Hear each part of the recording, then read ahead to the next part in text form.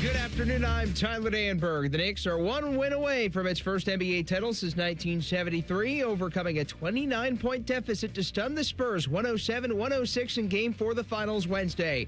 OG Anunoby tipped in Jalen Brunson's missed three with 1.2 seconds left, sealing the largest comeback in Finals history. The series returns to San Antonio for Game 5 Saturday at 8:30. Stanley Cup Final, Golden Knights visit the Hurricanes at 8 in Game 5. Series tied at 2 with 3 games decided by a goal.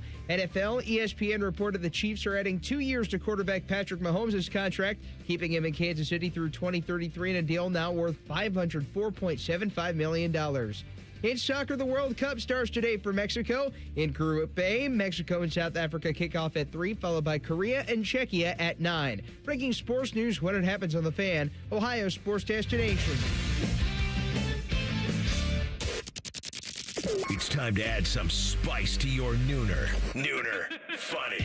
This is the place where big-time guests, bold opinions, and little cute doggies come together. This is Rothman and Ice. Sponsored by Pella Columbus, the #1 rated windows and doors in Columbus. All right, here we go.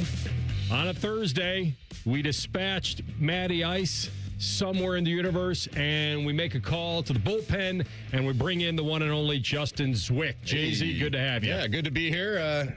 First time doing a show with you, so I'm excited. We'll see if I can hang for these 3 hours. I'm usually like an hour show, maybe 2 hours, but I didn't work out this morning, so I got plenty of energy. We're ready to rock. Okay. Yeah. Blew off the workout. No, I didn't. Okay, right. I still got it in. All right, good. All right, we got a lot to do today. First of all, I guess the first matter is, did you stay up and be honest? Oh, I did not stay up, but I'm watching that game, because it was on. I knew I'm coming in. We're going to talk about it. And I'm like, second quarter, 8 minutes to go. They're up by 20-some. It felt like, I'm like, they better keep pressing the gas here because I know what's going to happen. Because it always happens when you get a big lead. The other team always comes back. And so I was like, 7 points at halftime? 27 and a half. I felt good enough about that. And I was like, if it does happen, great for them. But 6 a.m. comes early in the morning, so I got to get to bed. You weren't alone. I did stay up. I don't know why. I felt like it was the only thing on that I was interested in. And what a show you got in the second half. And what a show we got. Man. Although my biggest pet peeve, the guys know it, blown leads is my #1. And it may not be right to say it because I know the game doesn't stop at half, and I know that guys keep playing, but I always feel like there is a way, maybe pro hoops is a little tougher with shot clock and how fast the game moves, but I always feel like when you have to coach with a lead, it is harder. It sounds easier, but it's harder because you can't manufacture intensity. You can't somehow make your team feel something they don't. Urgency, right? You can't coach urgency. Urgency has to come from the game situation. So I see this happen all the time sometimes in football, but in football, we run the ball. You burn the clock. You run the football.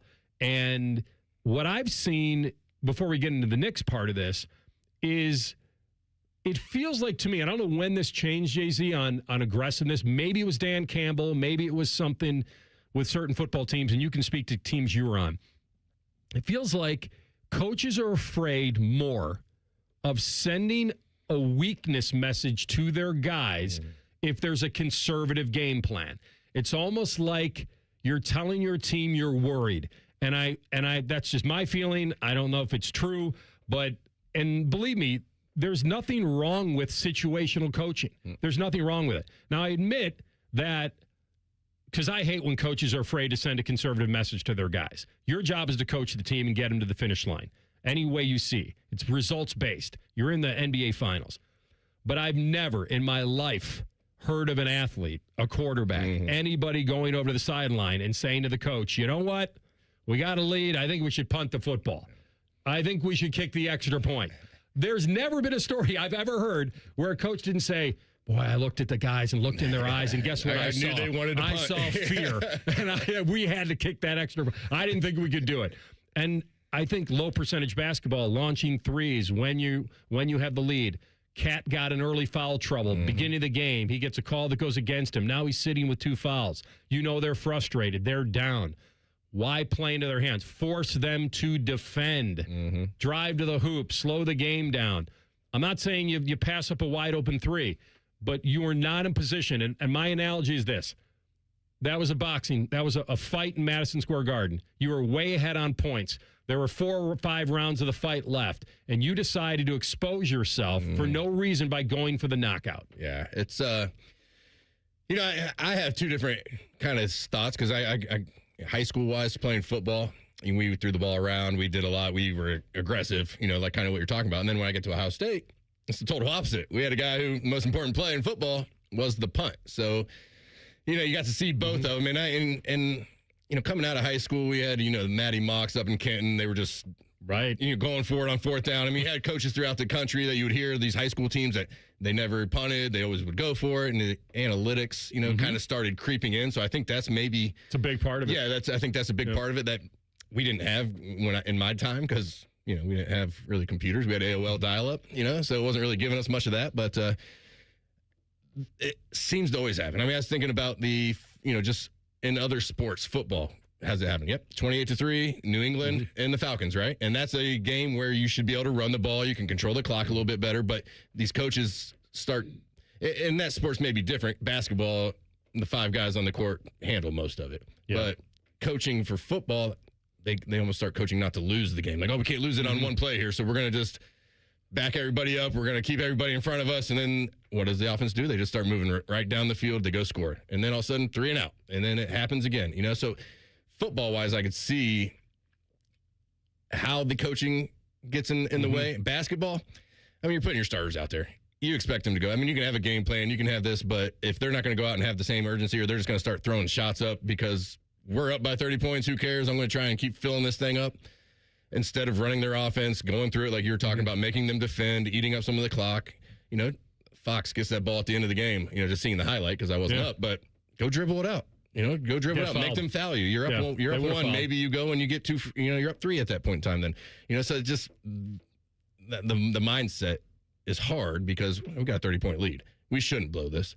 And then all of a sudden you start missing shots. They were 8 of 36 or something like that in the second half. I mean, it was horrible, right? Yeah. And that's how it can go. But basketball, I feel like it's a little different than the football, and that's what I grew up playing. And you know, and I can understand it in the football essence of we don't want a deep ball to get them right back in the game or giving them that momentum. So we're going to just slowly, methodically let them go down the field, and then hopefully we can eat some clock up when we have the offense. You know, when the offense is on the field. But it's a tough deal, but it always happens. I mean, I said it to myself last night. I said they better keep going pouring, and they need to be up 40 if they want to be safe in this because. So you're in the mindset. So I mean, I think that's professional sports. Them keep jacking threes and. Oh no, I'm not. Oh, okay. But. Because if they hit a few of those, they would have won by 40. But they hit all of them in the first half. So you got to know mentally in your head as an athlete, we're not going to continue to shoot 60% from the field. I mean, that's what we did in the first half. You got to be smart enough to realize, bring yourself down a little bit and say, all right, let's slow down. Let's get into our stuff. And like you said, make them defend and just eat that shot clock up.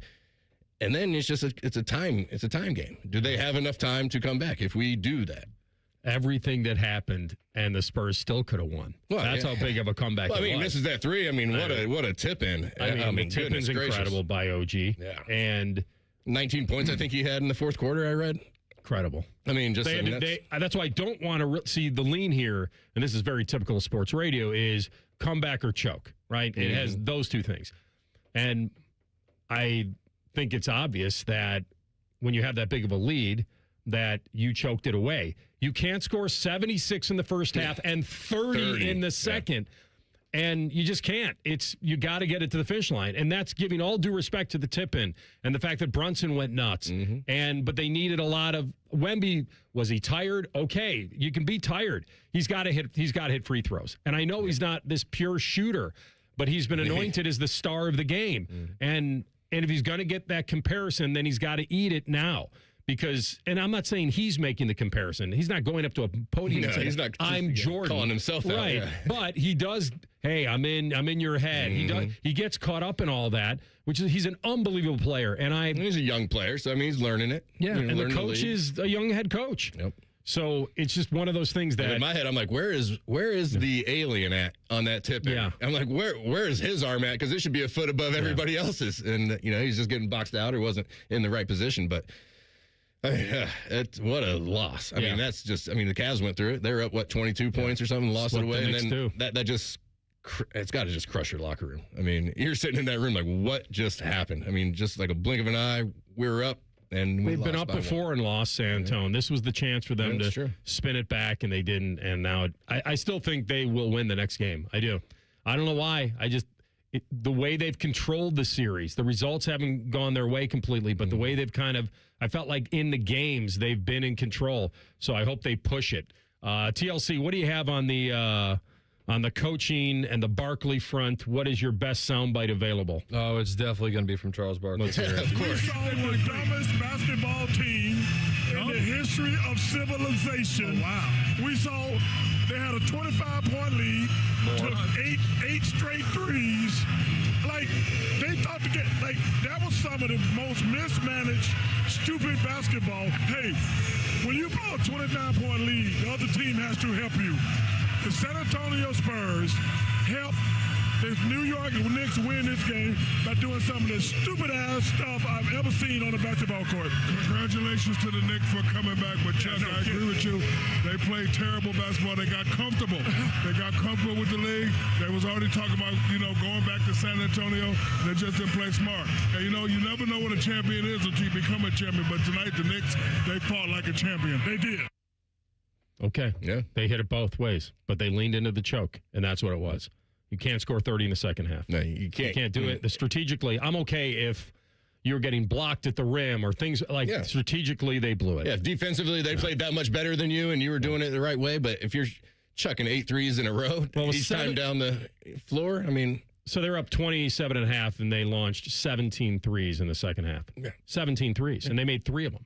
That's a strategical problem. That is bad basketball. Way back when Kansas lost to Rhode Island in the NCAA tournament years ago, and they have Paul Pierce and Rafe LaFrentz. You have 2 lottery picks, and they're not getting a touch and down the floor, and they should get a touch every time. And what did they do? They tried to match threes, and they lost. And that's coaching. And, we wouldn't be talking like this if another 3 went in. If they went 4 if they 16 or whatever it was, in the second half, then maybe they win, but still. They didn't, it was just stupid. I think Charles hit it on the head. That was dumb basketball. Yeah, it really was. You knew what you had. You knew what you needed to do, and you just got comfortable and started thinking you're going to make everything and just taking the easy way out, taking the 3-pointers. Oh, man. You'd rather grow through a win and not feel like this because it's all results-based at this point, but we'll see how that affects them. And it's a young team, so maybe, they're just not even thinking about it. Maybe they're just on to the next one. They're going home. They lost the first 2 there, so they want to give their fans, a good showing and keep this thing alive. We'll keep it alive throughout the day. Spencer Holbrook, Letterman Row at 12:30. We'll talk Buckeyes and battles in camp and also the expectations for the quarterback, Julian Sayin. Those are set. We'll see what Jay-Z thinks about it next. Rothman and Ice and the Fans. We know everything about you. We know you love the Buckeyes. We know you love the Jackets. We know you're wearing a red shirt.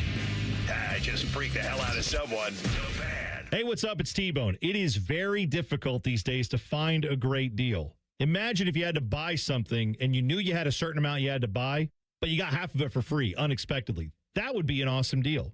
Well, the good news is Window Nation has that deal going on for you right now. With Window Nation's Buy 4, Get 4 free sale, you could replace all your windows and get half of them for free. Plus, you could even get them with no money down, no monthly payment or interest for 2 years, and you get top quality materials, insulated glass, and precision seals, all at a great price. As the weather continues to get hotter, you're going to run your air conditioner more. If your windows aren't energy efficient, they're letting that cold air out of your house, and you're paying more.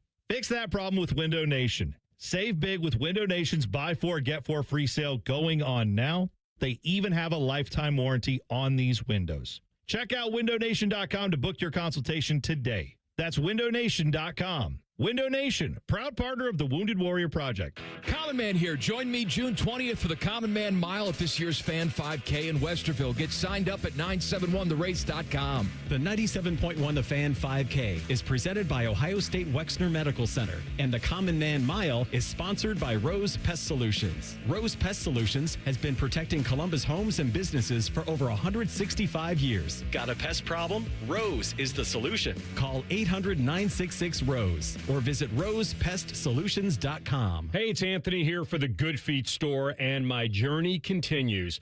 No more agony of defeat. Already this season, I've walked 18 holes twice and lived to tell the story. My personally fit arch supports go where I go. And in this case, right into my shoes, all of them. I just pop them in any pair and off I go. Just having that support and the stability has made a world of difference for me. A while back, I walked into the Good Feet store and walked out with an entirely new outlook. And I knew it right away. After taking the test walk around the store, I felt the difference. And not just that cushy feeling. I'm talking about real support, the kind that makes you feel aligned. For more than 30 years, the Good Feet store has helped thousands of people discover the comfort they've been dreaming of. I experience it daily. I really feel my personally fit arch supports guide my feet into their ideal position. You can make an appointment online or just stop into the Good Feet store in Grove City or on Polaris Parkway in Westerville. Get started at goodfeet.com. When it's too hot to go out, it's definitely too hot for your AC to go out. The Waterworks Heating and Cooling Pros are here to help. We offer fast repair and AC replacement for any cooling system when you need it. Plus, we're a premier Lennox dealer and can install an energy-efficient system for a great price. Call the Waterworks at 614-232-2222 or visit us online at thewaterworks.com. The Waterworks. Better care, better value, better results. Feeling stressed or overwhelmed? Not sure how to get the mental health help you need? We've got your back. Call the Mental Health Insurance Assistance Office at 855-438-6442. We'll help you figure out what mental health benefits may be in your health plan. No more confusion, just the support you deserve. Call the Mental Health Insurance Assistance Office at 855-438-6442. Hello, it's John Kozik, founder and president of TurboTrack Realty, and I buy real estate as is fast for cash. Give us a call today for an all-cash offer at 614-470-2000, 614-470-2000. I buy vacant properties, inherited homes, divorce situations, death in the family, apartment buildings, commercial properties. I even buy my tenants won't pay me the rent houses. Give us a call today for an all-cash offer at 614-470-2000, 614-470-2000. We at The Fan have created a show where you can be a homer, a hater, or whatever you want to be. Sunday mornings at 8. It's the Fan Call-In Show presented by the Sportsbook at Hollywood Casino Columbus. Must be 21. Gambling problem? Call 1-800-589-9966. Fan weather. From the Logan AC and Heat Services Weather Center. A partly sunny day for us today with chances of showers and storms developing in the afternoon and early evening. It'll be hot, humid, and breezy with highs right around 90 degrees. And then for tonight, chances of showers and storms could develop overnight toward daybreak. Otherwise, partly cloudy and breezy with lows in the 70s. For The Fan, I'm meteorologist Meredith Garfolo with the 10 Weather Impact Forecast. We test marketed naming the show A Guy and His Butlers. Oh, that is very touching. But we thought Bishop and Friends had a better ring to it. Weekday mornings at 9. The Fan. Anthony's tennis shorts were so tight, they had to pixelate his crotch. You're listening to Rothman and Ice.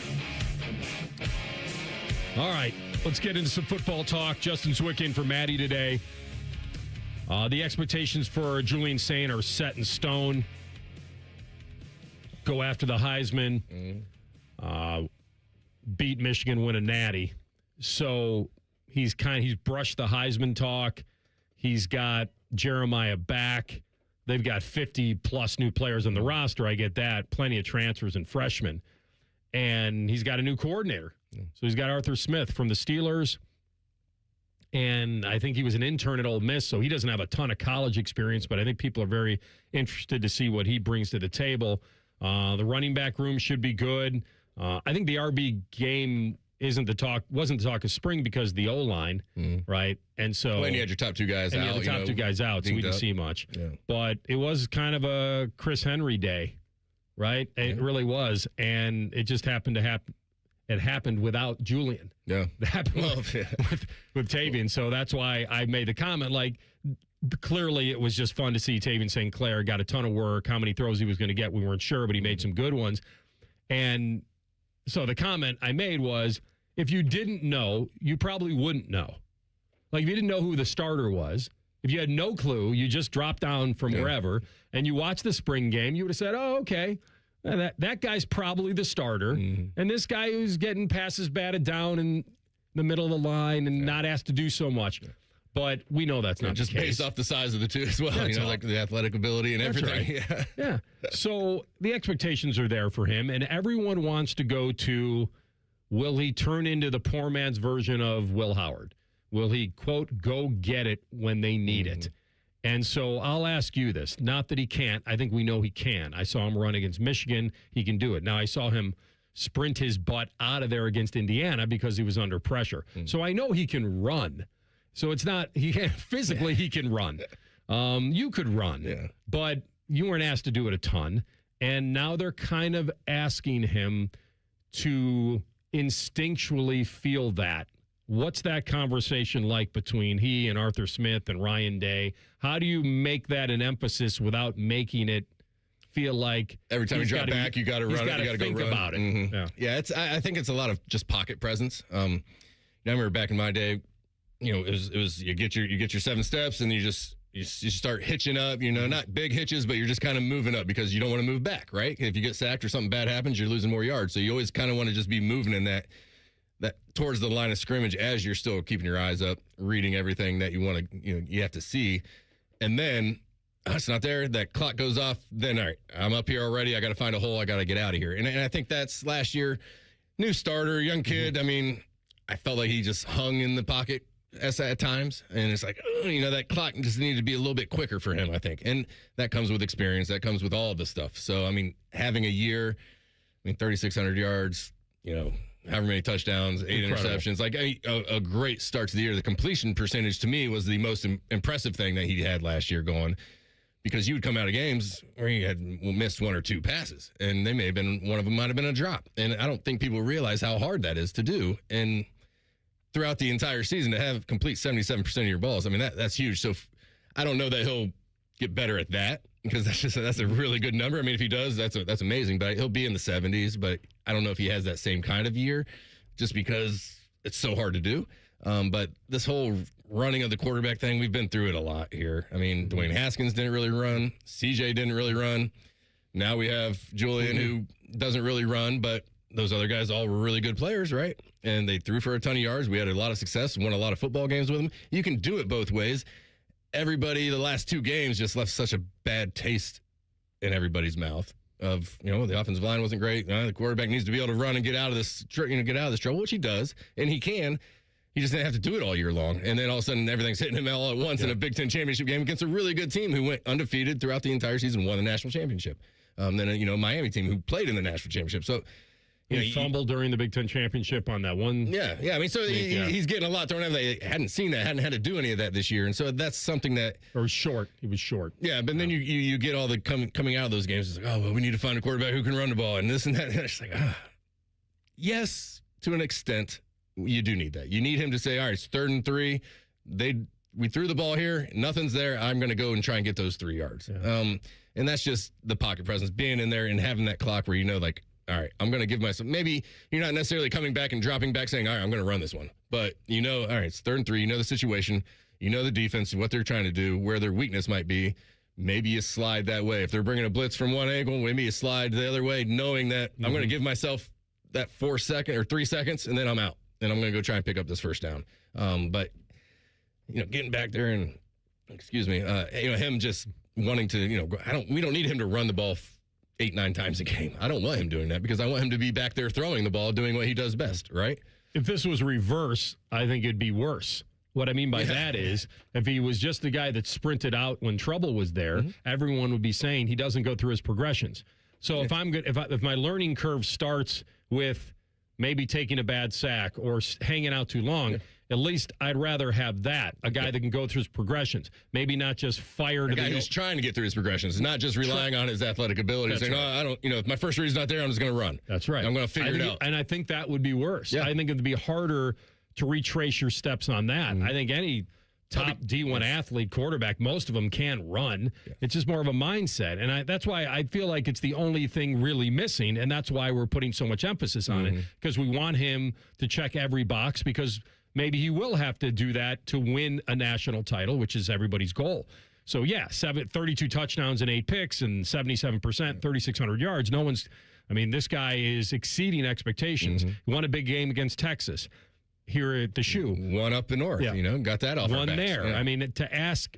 Now, they had a very good team around him, and they had incredible defense. And so now maybe there will be a little more pressure on him to do this based on, not that the defense is going to take some massive step back, but maybe they won't be as strong as last year's defense, and this offense will be asked to do a little more. Well, and it's going to change the mindset of the football games because last year was a lot of, we're going to slow this down. We got a long season. We're trying to keep snaps off these guys, keep them a little bit more fresh. With the defense you're talking about, we were able to do that.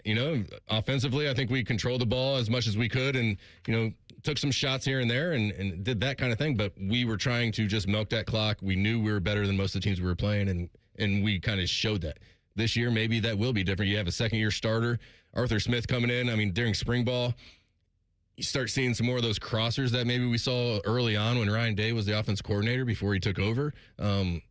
We got some of those receivers that came in now, the smaller, quicker guys who maybe can do that across the middle a little bit more. So I think the offense is going to look different. They're going to believe in Julian and believe that he understands what they're trying to get done and trust him enough to go out and make those different calls at the line of scrimmage or just give him a tough situation. They trust him to do that. It's just all about how. Going into games, how do they want to attack it? And it may open things up a little bit more because we might have to score a few more points. I don't know if we what the defense gave up 7.5 points a game last year. So maybe that changes a little bit, and we have to score a little bit more and go a little bit faster on the offensive side of the ball. I think he's equipped to do that. I think we'll be fine. I think if an Ohio State fan thinks about last year, they think about the reason they didn't win a natty or didn't play for one was the lack of offense. Now, they did play two very good defensive teams, but he had his two worst games of the season in games. Now, the Indiana game, while it mattered because it was for a Big Ten championship, it really didn't matter. They were getting the bye. Maybe it would have mattered in a bracket and how they matched up, but whatever. And then he throws a pick six against Miami, and you can make the sense that there was a block that should have been made. But when you think about his season and how great it was, Buckeye fan is stuck thinking, what happened to the offense when it mattered most? And so he's coming back. He's the most accurate quarterback in the country. He's got the best wide receiver in the country. They're adding a phenomenal talent to that as well. So that is going to be on them now. And the ability to orchestrate this out of the passing game and keep developing this quarterback in this offense. The offensive line is a group that certainly has faced a lot of pressure over the last few years. And this group has a chance to, what most people think, be a very dominant group because they return a lot of starters. I've made the joke on the air, like when you're talking about depth, it's like she's got a great personality. Like, let's, is the talent there? We know they have depth. How talented are they? And we'll talk to Spencer Holbrook about that in 2 minutes as we break down some of the big battles that will come at Ohio State. Rothman and Ice in the Fan. Experience the adrenaline of Barrett-Jackson in Columbus, Ohio, June 25th to 27th. See hundreds of no-reserve collector cars cross the auction block, interactive sponsor displays, and a wide selection of food and drinks. It's an exciting, high-octane event for fans of all ages. Tickets on sale now at barrett-jackson.com. Get your day started with T-Bone and Tybus weekday mornings from 6 to 9 here on The Fan. You think that a radio lifer and a national title winner wouldn't have much in common, but you'd be wrong. They're both girthy, they both love football, and they both get racially profiled for completely different reasons. It's like driving to work with your friends, except these friends give away tickets to things and talk to all the important people in town. Your actual friends are probably a bunch of losers. Well, anyway, listen to T-Bone and Tybus live on the Fan app, and wherever you get your podcasts. From military life to a rewarding career in IT, kickstart your new journey in a matter of months in the fields of IT and cybersecurity, including AI. Learn more at mycomputercareer.edu/CWP. Financial aid is available for qualified students, including VA benefits. Welcome back to What Is That Thing? Today our guest is Dr. Melvin Parsbrucker. I invented the sump pump. Ah, the sump pump. I've heard Apex pros talk about those. Yes, the pros who knows are true experts in sump pumpology. So, Doctor, what is that thing? You see, a sump pump is a device designed to pump out sump. Sump? For the pump. You say the pumps? Sump. Sump. And what exactly is sump? It's what gets pumped. I want to be sure I'm hearing you right. Sump? Sump. And that's what gets pumped. Look, maybe Apex Pros can explain it at your level. Well, Apex Pros says some pumps are made to keep groundwater from accumulating and flooding your basement, especially this time of year with the big spring rains and the uniquely shallow water table in and around Franklin County. A simple sump pump can protect your home from tens of thousands of dollars in damage. It's made to sump the pump. Of course. No doubt about it. Columbus loves Apex Pros. The pros who knows. ApexPros.com. Rothman and Ice is sponsored by your local Pella Window and Door showroom on Gemini Parkway. The Fan, Ohio sports destination. There's nothing like ripping off your pants and enjoying some lobster bisque. This is Rothman and Ice. All right, my man Spencer Holbrook, Ohio State beat reporter for Letterman Row, still basking in the glow of a certain autograph that he got at Memorial. Oh, I haven't heard this. All sorts of good things. He's got his retirement plan all set, probably all framed up. How are we feeling? Oh, great, guys. Thanks for having me. Yeah, pretty cool last Wednesday. My wife and my 8-week-old were fortunate enough to meet Rory. Got Rory to sign a 2026 Masters flag. I had no part in it. Obviously, I was covering the event. But yeah, it was cool. And we are eternally grateful that Rory gave us a few seconds and some penmanship. Did you use your young child? Did you exploit your young child to make this happen? Can't confirm nor deny AR, but he did see my young child when my wife yelled out and asked if he would sign the flag, and I think that's what persuaded him, because he wasn't signing many things at all last week. Yeah, well, listen, you're going to feed and clothe that baby for many years, and the payback starts now, so that's good. Well done. Absolutely. So I made a reference about Julian and the expectations, and to have Jay-Z here is great because when you're trying to coach instincts into a quarterback, it's difficult, right? It's just you want him to have that go-get-it mentality. I made the reference in the last segment, if you could be kind of a poor man's version of Will Howard, specifically in that area. Not that he has to be Will Howard, but if he's a slight version of that, I think that would be great, where you just go get it. And that's my point. And I don't know whether that's something they want to hammer home with him or just have it as a big part of his evolution. How are they coaching that, do you think? Yeah, I think it's showing him one play specifically. There's a play that has always stuck in my head from the Michigan games that, quite frankly, I thought we would see more of against Indiana and Miami. And I think we finally saw it again in the spring game, which I know isn't contact, but was a good sign that we're getting that from him. And that's when Julian scrambled for a first down in the Michigan game, and Ryan Day was pointing at the sticks and telling him where to get to, and Julian got right to the sticks and got a first down. Like, the pocket collapsed.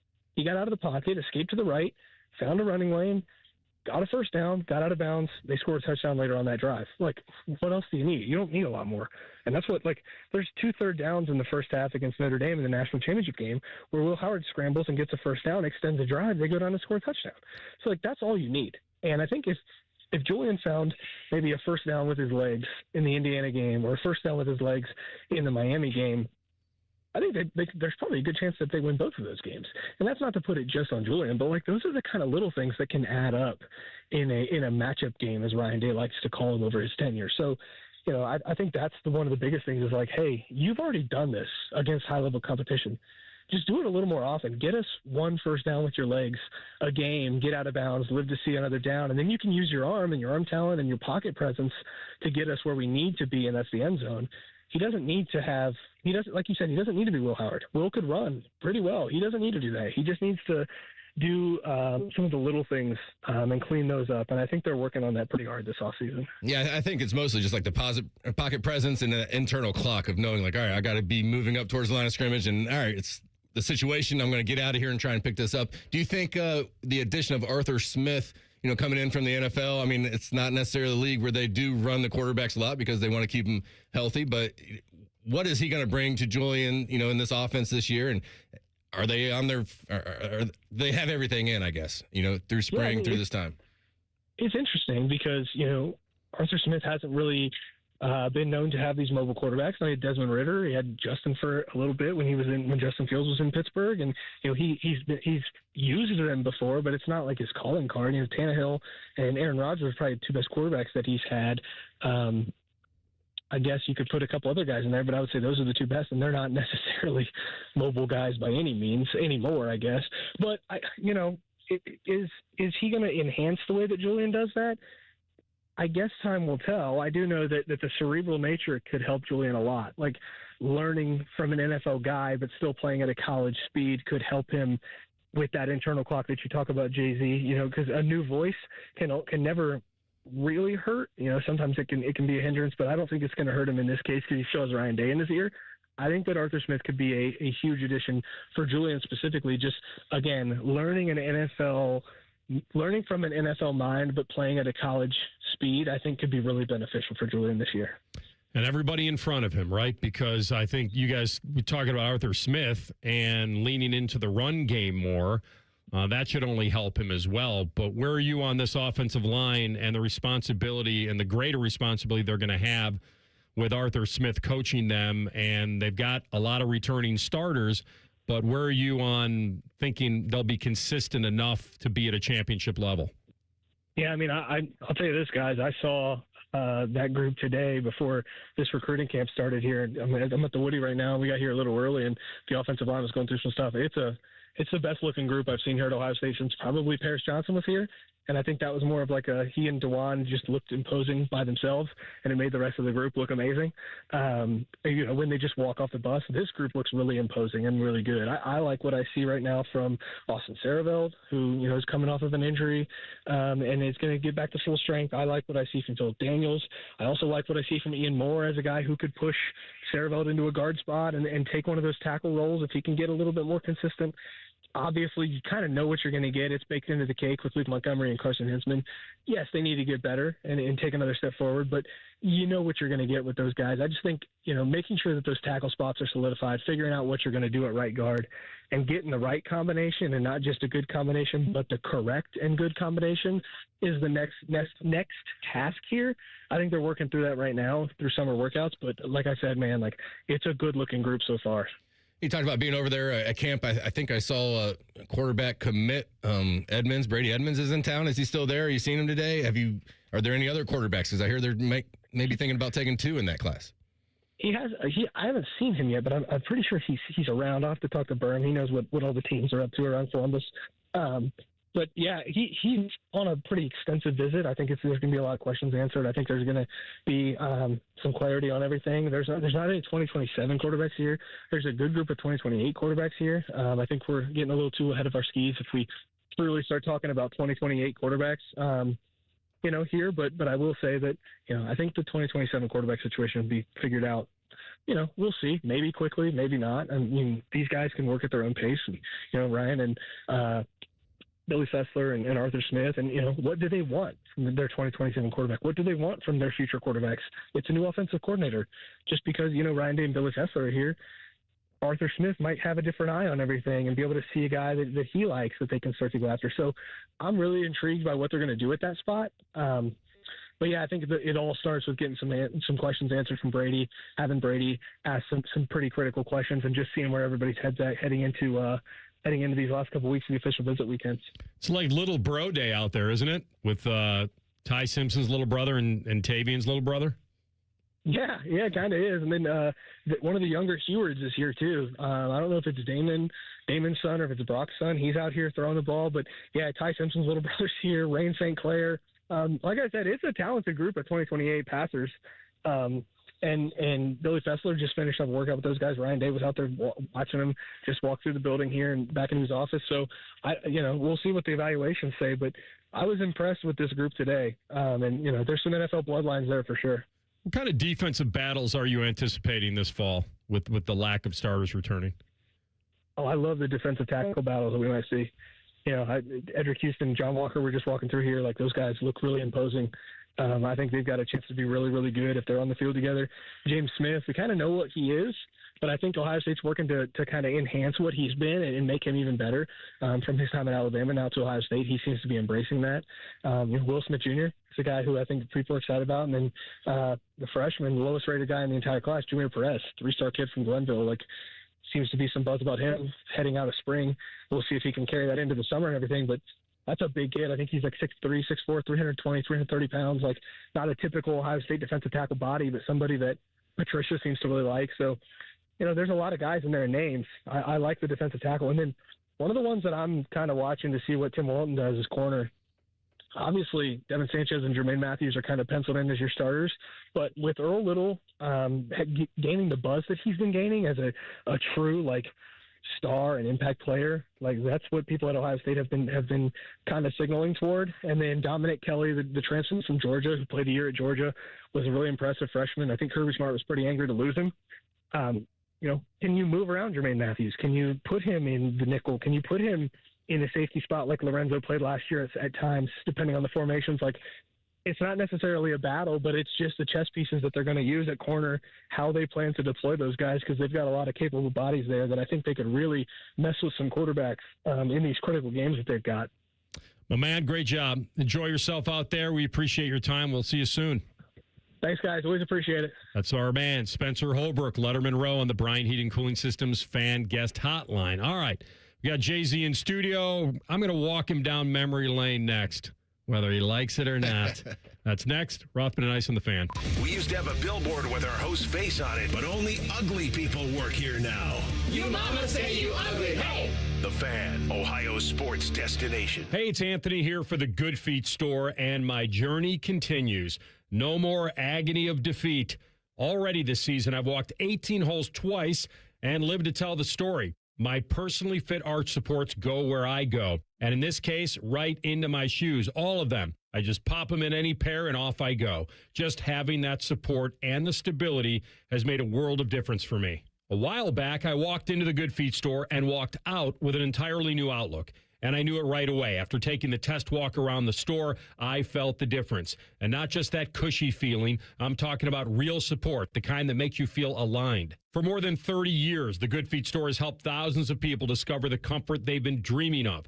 I experience it daily. I really feel my personally fit arch supports guide my feet into their ideal position. You can make an appointment online or just stop into the Good Feet store in Grove City or on Polaris Parkway in Westerville. Get started at goodfeet.com. When my wife and I got married after both graduating law school, we didn't have two nickels to rub together. Ultima had to give me her gas card just to drive home. We never could have imagined that one day we would have the largest injury firm in the world and $25 billion in money collected and counting. As good Catholics, we had 4 children fast. They all work in the firm today. Our family protecting yours. I'm John Morgan of Morgan & Morgan, but our greatest gift was years away, grandchildren. Today we have 6 and counting. It's the greatest joy that we have ever experienced. I think about them all day long. Our family promises to protect your family should you need us. Call us. It's easy. Visit forthepeople.com and make sure you hug your grandchildren. God's final gift to us. Morgan & Morgan, for the people. Injured? Dial pound law. Morgan & Morgan, Ohio office located at 600 Vine Street, Cincinnati. Prior results do not guarantee a similar outcome. Feeling stressed or overwhelmed? Not sure how to get the mental health help you need? We've got your back. Call the Mental Health Insurance Assistance Office at 855-438-6442. We'll help you figure out what mental health benefits may be in your health plan. No more confusion, just the support you deserve. Call the Mental Health Insurance Assistance Office at 855-438-6442. High energy bills? Your HVAC system could be the reason. Save up to $2,000 on a new HVAC system with Columbus Worthington Air. Smart homeowners know an old air conditioner can cost you more every month. Don't let it drain your wallet. Upgrade to efficient, reliable comfort with payment options that fit your budget. Backed by our exceptional service guarantee. Columbus Worthington Air and Bryant Heating and Cooling. Whatever it takes. Visit cwaohio.com/radio for details, terms, and conditions. License number 47543. Some things shouldn't change. The smell of coffee on a Saturday morning, a handshake that actually means something, a neighbor you can count on. For more than 30 years, Newman Roofing has been a part of this community, and this community has been a part of us. We're family-owned, locally operated, and proud to serve the same neighborhoods we live in ourselves. Every roof we install is built to last. Every home we step into, we treat like our own. Every family we serve, we treat with respect. That's the Newman way. And along the way, more than 1,200 homeowners have trusted us enough to leave 5-star reviews. To us, that says one thing. Treating people right never goes out of style, because excellent customer service isn't a thing of the past. It's our promise to keep doing things the right way. 3 decades, one family, a whole lot of neighbors who have become friends. Don't just get a new roof, get a Newman roof. Call 614-NEW-ROOF or visit online today at newmanroofing.com.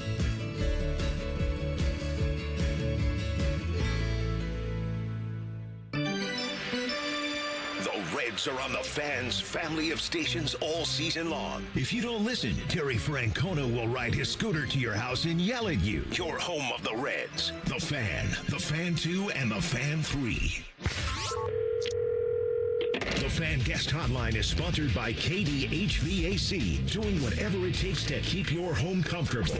The Fan. Their live golf team name is Ice Dogs. You're listening to Rothman and Ice. All right, back at it. Justin Zwick in studio for Maddie today. And obviously, I remember it. Remember covering your recruiting. And it was a very interesting time because, and you could correct me, but I believe Tress had the job for, 3-4 months when he landed you. Am I wrong? Golly, let's see. I know our class was the first full recruiting class he had. So he came in, would have been like May of 2000. And then he had the first season where they went up north and they beat Michigan. But yeah, we were. I had an offer from Coop before that. I remember when Tress got the job, he called into the school because that's what they had to do back in those days. And, just talking, I'm like, well, he's like, what do you think? I was like, well, what do you think? Do I still have a scholarship, offer to Ohio State? And, of course, yeah, I did. And, we knew Tress from my brother played at Youngstown State, 96 to 2000. So, we had familiarity with him. And, it's just, that's how that kind of went. It was Ohio State, and, I was lucky enough to have another good season, and they still wanted me. And I actually committed really early my junior year. I think it was like in May. And then I started recruiting for them. I was calling guys there's some really interesting conversations I had because you're calling home lines, back in the day. Landlines. And, there's guys down in South Florida. I'm calling just, hey, I'm Justin Zwick. I'm a quarterback. I'm going to Ohio State. This is literally I'm just talking to people. He told you who to call? They weren't allowed to tell me who to call, but somehow, some way, I found numbers and receivers, Santonio, and just some guys like that, and I always found their number, and I'd be at home and just like, well, here we go, and I'm talking to uncles and aunts, and are they around? I would like to talk to them, and it was a crazy thing, but I kind of jumped on that, and I really enjoyed that. Now, being the quarterback, I feel like that was kind of part of the deal, part of something I wanted to do. I wanted to surround myself with really good athletes because I know how that goes. And, I remember talking to Doug Daddish, who was a captain in our senior year. I called him, and I was like, what are you up to? And he's like, well, we just landed. I'm on my way to Colorado for my official visit. We had to make an emergency landing somewhere because the plane, I was like, well, that means you don't need to be getting on a plane to go to college. Right. Come on down to Columbus. Sign. Yeah, exactly. So, it's just like little things like that I remember. It was a lot of fun. I came down to a ton of official visits. They weren't official for me, but I would just show up to town. My brother was here, so I would go out and, Larry Fitzgerald was in town. He came on a visit. I came down just to try and, meet him and talk to him, as the quarterback type thing. And, I did a lot of that stuff. So that was the lead up to. And then we got our class. It was a big class, I think, 20, maybe 24 guys. Big. And then, at the end of that day, signing day is when they called and said, we're going to take another quarterback. Yeah. And so then, all that time leading up to is just kind of like, I was the guy, and then, we're going to bring in another guy too. And, then that kind of happened, So Troy still showed up for the youth camp the next month. Is that what it was? Yeah. I think after you after you committed in 2001, he still came to the youth. He and I went out to the Elite 11 together. That's right. Yeah. The difference was that they brought him in as an athlete. Mm-hmm. Well, and I think the dream, and you could tell me if I'm wrong, and maybe this evolved after watching him throw football and then learning how to evolve as a quarterback, that they were probably worried that, it's ironic we're talking about quarterbacks running, that they wanted him to make decisions with his arm and in his mind, not his feet. And that was what maybe they were concerned about. They knew he was a great athlete. Oh, yeah. And maybe the dream was to get you guys on the field at the same time. Yeah, maybe. Maybe originally. Yeah, originally. But it was like 50-50 from the start. Yeah. We split everything down the middle, and, that was what it was. Competition is what it is. You're in college. It's big boy sports now. So I wasn't trying to back out or anything. Right. Oh, okay, well, that's unfortunate. I didn't know that, but hey, here we go. You know, I'm going to go do my thing and see what happens. And there's no portal. Yeah, well, there was no portal. I blew that red shirt my freshman year. That's right, you redshirted. That's right. You know, and I remember after Troy had that great game in 2004 at home, you know, going into break, I hung around. Yeah. Waited on Tress because I was just going to have a conversation with him. Like, hey, you know, if I'm doing something, I need to do it now, you know, because I don't have that many years left. And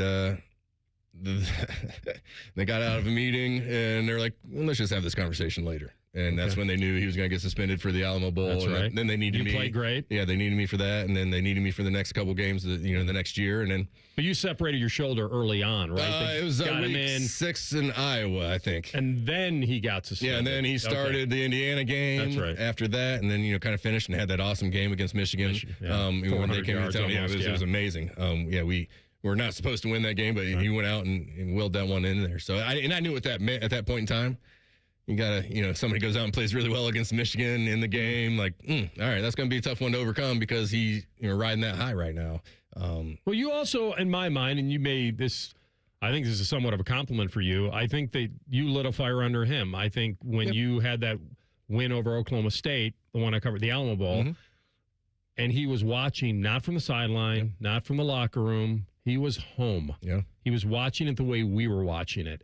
And I think that either that he hit a fork in the road, I think. And he got his wake-up call. Well, I mean, there's, probably some of that for sure. You know, but then that Texas game goes the way it goes, and, you know, that they could have went either way from there. You know, I mean, if a couple things, you know, of how it goes. If the ball bounces a different way. Oh, I know. You know, we maybe win that game, and maybe I threw that winning touchdown, you know, and maybe they can't say we're going to bench you next week because this just happened. So it's just, you know, a lot of stuff went into it. And I remember back then going into the Michigan State game, you know, it was just right after Penn State. We had just lost on the road.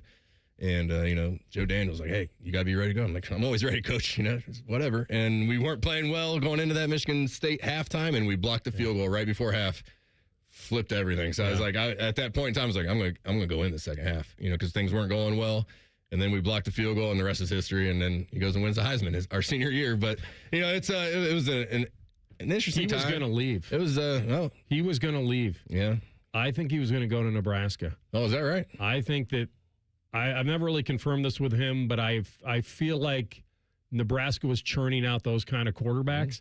And I think that I don't know whether Ginn Sr., somebody had a connection down there. I think somebody said that's the place to go. Is that right? When he was going through all of his I remember issues. like when we were, competing, like him having some, you know, of those sound bites of maybe I'm going to look somewhere else, or, you know, this isn't maybe the right place or something along those lines. But, I never really got that feel. It was never in the locker room of something like that happening, though. What were your coaching meetings like on game stuff? Were you a big film guy? Did they want you to be a big film guy? Yeah. Did Tress quiz you guys on reads and what you see? Did that go on? Yeah, I mean, we would always, after practice, quarterbacks always met in his office. So it'd be Coach Daniels, Coach Tress, all the quarterbacks. We'd watch, you know, the practice film and whatnot.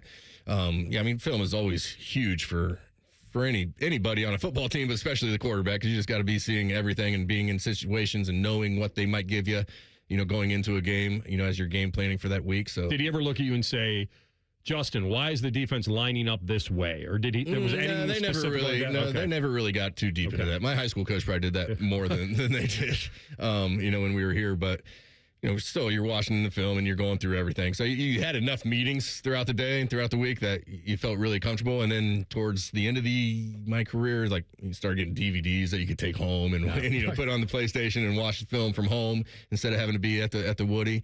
And you know, we just kind of went with it that way. But yeah, quarterback competition was something. And then it is what it is. And I couldn't leave. You know, maybe I could go down and play.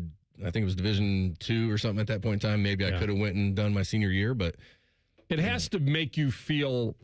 I'm going to make an assumption here. It probably has to make you feel a little more comfortable that the guy that they eventually went with did go on to become one of the greatest the school's ever seen. Yeah, I mean that's how always like people ask, and I'm like, well, you know, we battled. I started. He started. I started. Absolutely. And then he went on to win the Heisman. So what do you want from me? You know, that's right. That's a tough deal. It's not like you something they that hasn't picked the happened. wrong guy and they backed the wrong guy, and then you got. It wasn't like we went out and lost. I mean, we were in a national championship game our senior year. You know, went undefeated. all that good stuff, which was awesome to see because, like I said, I helped recruit a lot of these guys, and they were all brothers to me, so it was, like, really cool to see them having that success.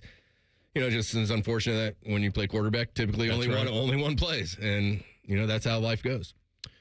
It's happened a lot of places. Mm-hmm. It's happened here. It's happened here more than once. Yep. It's happened with Stanley and Joe. It's happened. It happened with Beckman. Beckman goes to a national championship game in his junior year, and then he basically is benched his senior year. Stuff happens. It's unfortunate. Heck of a journey. Part of your story. It's a long for sure. time ago, that's for sure. And I'm glad you let me do it because I covered the era, and you and I hadn't worked together yet, so that was cool for me to hear it kind of from the inside. All right, we'll come back. Top of the hour sports update. Jensen Lewis will jump on, and we'll find out if the Reds have enough staying power, and now Cleveland is actually looking up for the first time in a while. That's next. Rothman and Ice in the Fan. If the sound of another man slammed against plexiglass turns you on, you've come to the right place. Proud to be your home for Jackets hockey. The Fan, Ohio sports destination. Hey, it's Austin Ward. Listen to The Beat with Austin and Byrne, now powered by the Waterworks and Header Heating, Cooling, and Plumbing. Get the latest Buckeye news, insights, and unbeatable analysis every day. Don't miss a moment. Stream The Beat with Austin and Byrne, sponsored by the Waterworks and Header Heating, Cooling, and Plumbing. Scotty Vegas here, and my wife caught me in the garage just staring at my beautiful new Bronco from Krieger Ford. I'm in love. The buying process at Krieger Ford was amazing. Quick, no pressure, fun, in and out so fast I couldn't believe it. I was prepared to spend all day looking at cars. Instead, I got my shiny new red Bronco out of the showroom in no time. If you're looking for a new car for the summer, visit Krieger Ford on Morse Road. Krieger Ford is my winning bet. Visit KriegerFord.com today. I have a buddy who's going to be popping the question soon. He's planning everything out. He asked me, can you help me out with the ring? I said, of course I can. I've got a guy, Bob Capace from Worthington Jewelers. Now you talk, Bob. Hi, I'm Bob Capace. I'm your guy. Go in, see my friends at Worthington Jewelers, tell them I sent you, and you'll get the true VIP experience. I'll treat them better than I treat you. That's not hard. Worthington Jewelers on High Street in Worthington, worthingtonjewelers.com, where Columbus gets engaged. And tell them Common Man sent you. Dip it, dunk it, smother it. It's queso gone wild at Hothead Burritos. Try our new loaded potatoes covered in queso and topped off with hardwood smoked bacon, burritos, bowls, nachos, and more. Hothead Burritos. Get up and get you some queso. Common Man and Timmy here for Hollywood Casino Columbus. Oh, Common Man, we got lots of exciting things this month. That's right, like the grand opening of the new hotel so you can stay and play. Plus, we got lots of great entertainment lined up now through October. We got the Hollywood Tribute Band concert series, from the timeless magic of the Beatles to the fire and swagger of Johnny Cash. And don't forget about the $250,000 Sweet Spins drawings on Saturdays through June. You can win $250K cash or a 2-night package at the new hotel. Gambling problem? Call 1-800-GAMBLER. Join T-Bone and Tyvus mornings on The Fan for football, food, and fun, featuring T-Bone. Now, when you were talking about the football stuff, I was listening, but when you said Waffle House, I leaned forward in my chair. And national champ Tyvus Powell. I was staring myself in the mirror for a good 10 minutes today looking at it. Where they solve all the world's complex problems. We're not putting the toothpaste back in the toothpaste container. Sponsored by Capital Ford of Columbus. Football, food, and fun with T-Bone and Tyvus. Weekday mornings from 6 to 9 on The Fan. In the military, the mission was clear. You knew what to do. Now, the mission has changed. Stepping into civilian life isn't about finding a job. It's finding your purpose. I wanted a career that would leverage the skills and discipline I gained in the military. IT just felt right. My Computer Career offers class schedules that fit into your life and skills in high demand. Put your VA benefits to work. Visit mycomputercareer.edu/CWP to jumpstart your IT career today. An elite CompTIA certification partner. Financial aid is available to those who qualify, including VA benefits. There's only one Ozempic. Hello, I'm Ozempic. And I'm other GLP-1s, kind of like him. Ozempic, you redid your jingle? Thanks for noticing. Catchy, right? No. Okay, then. Well, ask your doctor about which FDA-approved uses of me, the Ozempic pen, may be right for you. Call 1-833-OZEMPIC or visit Ozempic.com to view the medication guide and learn more about Ozempic semaglutide injection, 2 milligrams. Only Novo Nordisk makes FDA-approved Ozempic. There's only one Ozempic. I told you it was catchy.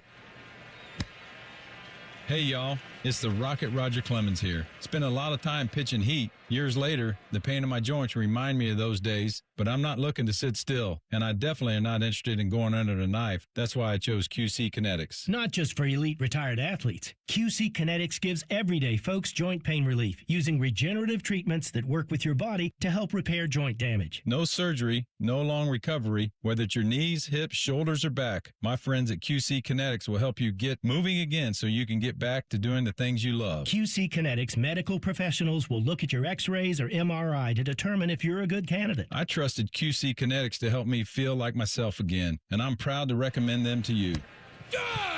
Call QC Kinetics today and schedule your free consultation. Call QC Kinetics, 380-208-4544. That's 380-208-4544. 380-208-4544. I'm Leslie from Pella Columbus. And I'm Wilson from that other window place. Wilson, what are we wearing? Lie detectors. Anytime a lie is detected, we get a little shock. All right, let's try them. So, Pella was rated by homeowners as the leading window brand here in Columbus. Nothing? Okay. Well, our windows can change the look of your home. This thing sometimes shocks you when you tell the truth. Ouch. It's okay. I'm having fun. Get the windows that can change the look and feel of your home at PellaColumbus.com. Broadcasting live from the McDaniel GM Superstore Studios, driving excellence since 1916. Chevrolet. Together, let's drive. WBNS HD1 Columbus. Good afternoon, I'm Tyler Danberg. The Knicks overcame a 29-point deficit to stun the Spurs 107-106 in Game 4 of the NBA Finals Wednesday. OG Anunoby's tip-in with 1.2 seconds completed the largest comeback in Finals history. New York guys its first title in 53 years in San Antonio for Game 5 Saturday at 8:30. Stanley Cup Final, Golden Knights visit the Hurricanes at 8 in Game 5. Series tied at 2, 3 games decided by a goal. Baseball, both Reds and Guardians are off today. Cincinnati hosts Arizona Friday at 7:15. Cleveland welcomes Detroit at 7:10. Today, the Tigers announced two-time Cy Young winner Tarek Skubal will return on Saturday to face the Guards. He underwent elbow surgery just 38 days ago. This update sponsored by the Waterworks and Header Plumbing, Drain, Heating, and Cooling, together to serve you better. Schedule today at thewaterworks.com. Breaking sports news when it happens on The Fan, Ohio's sports destination. Crowd the plate at your own risk. It's time for some chin music with former big leaguer and president of the Bald is Beautiful fan club, Jensen Lewis. Sponsored by Logan AC and Heat Services. Feeling the heat? Call the experts at Logan Services now for hot deals on Train air conditioners.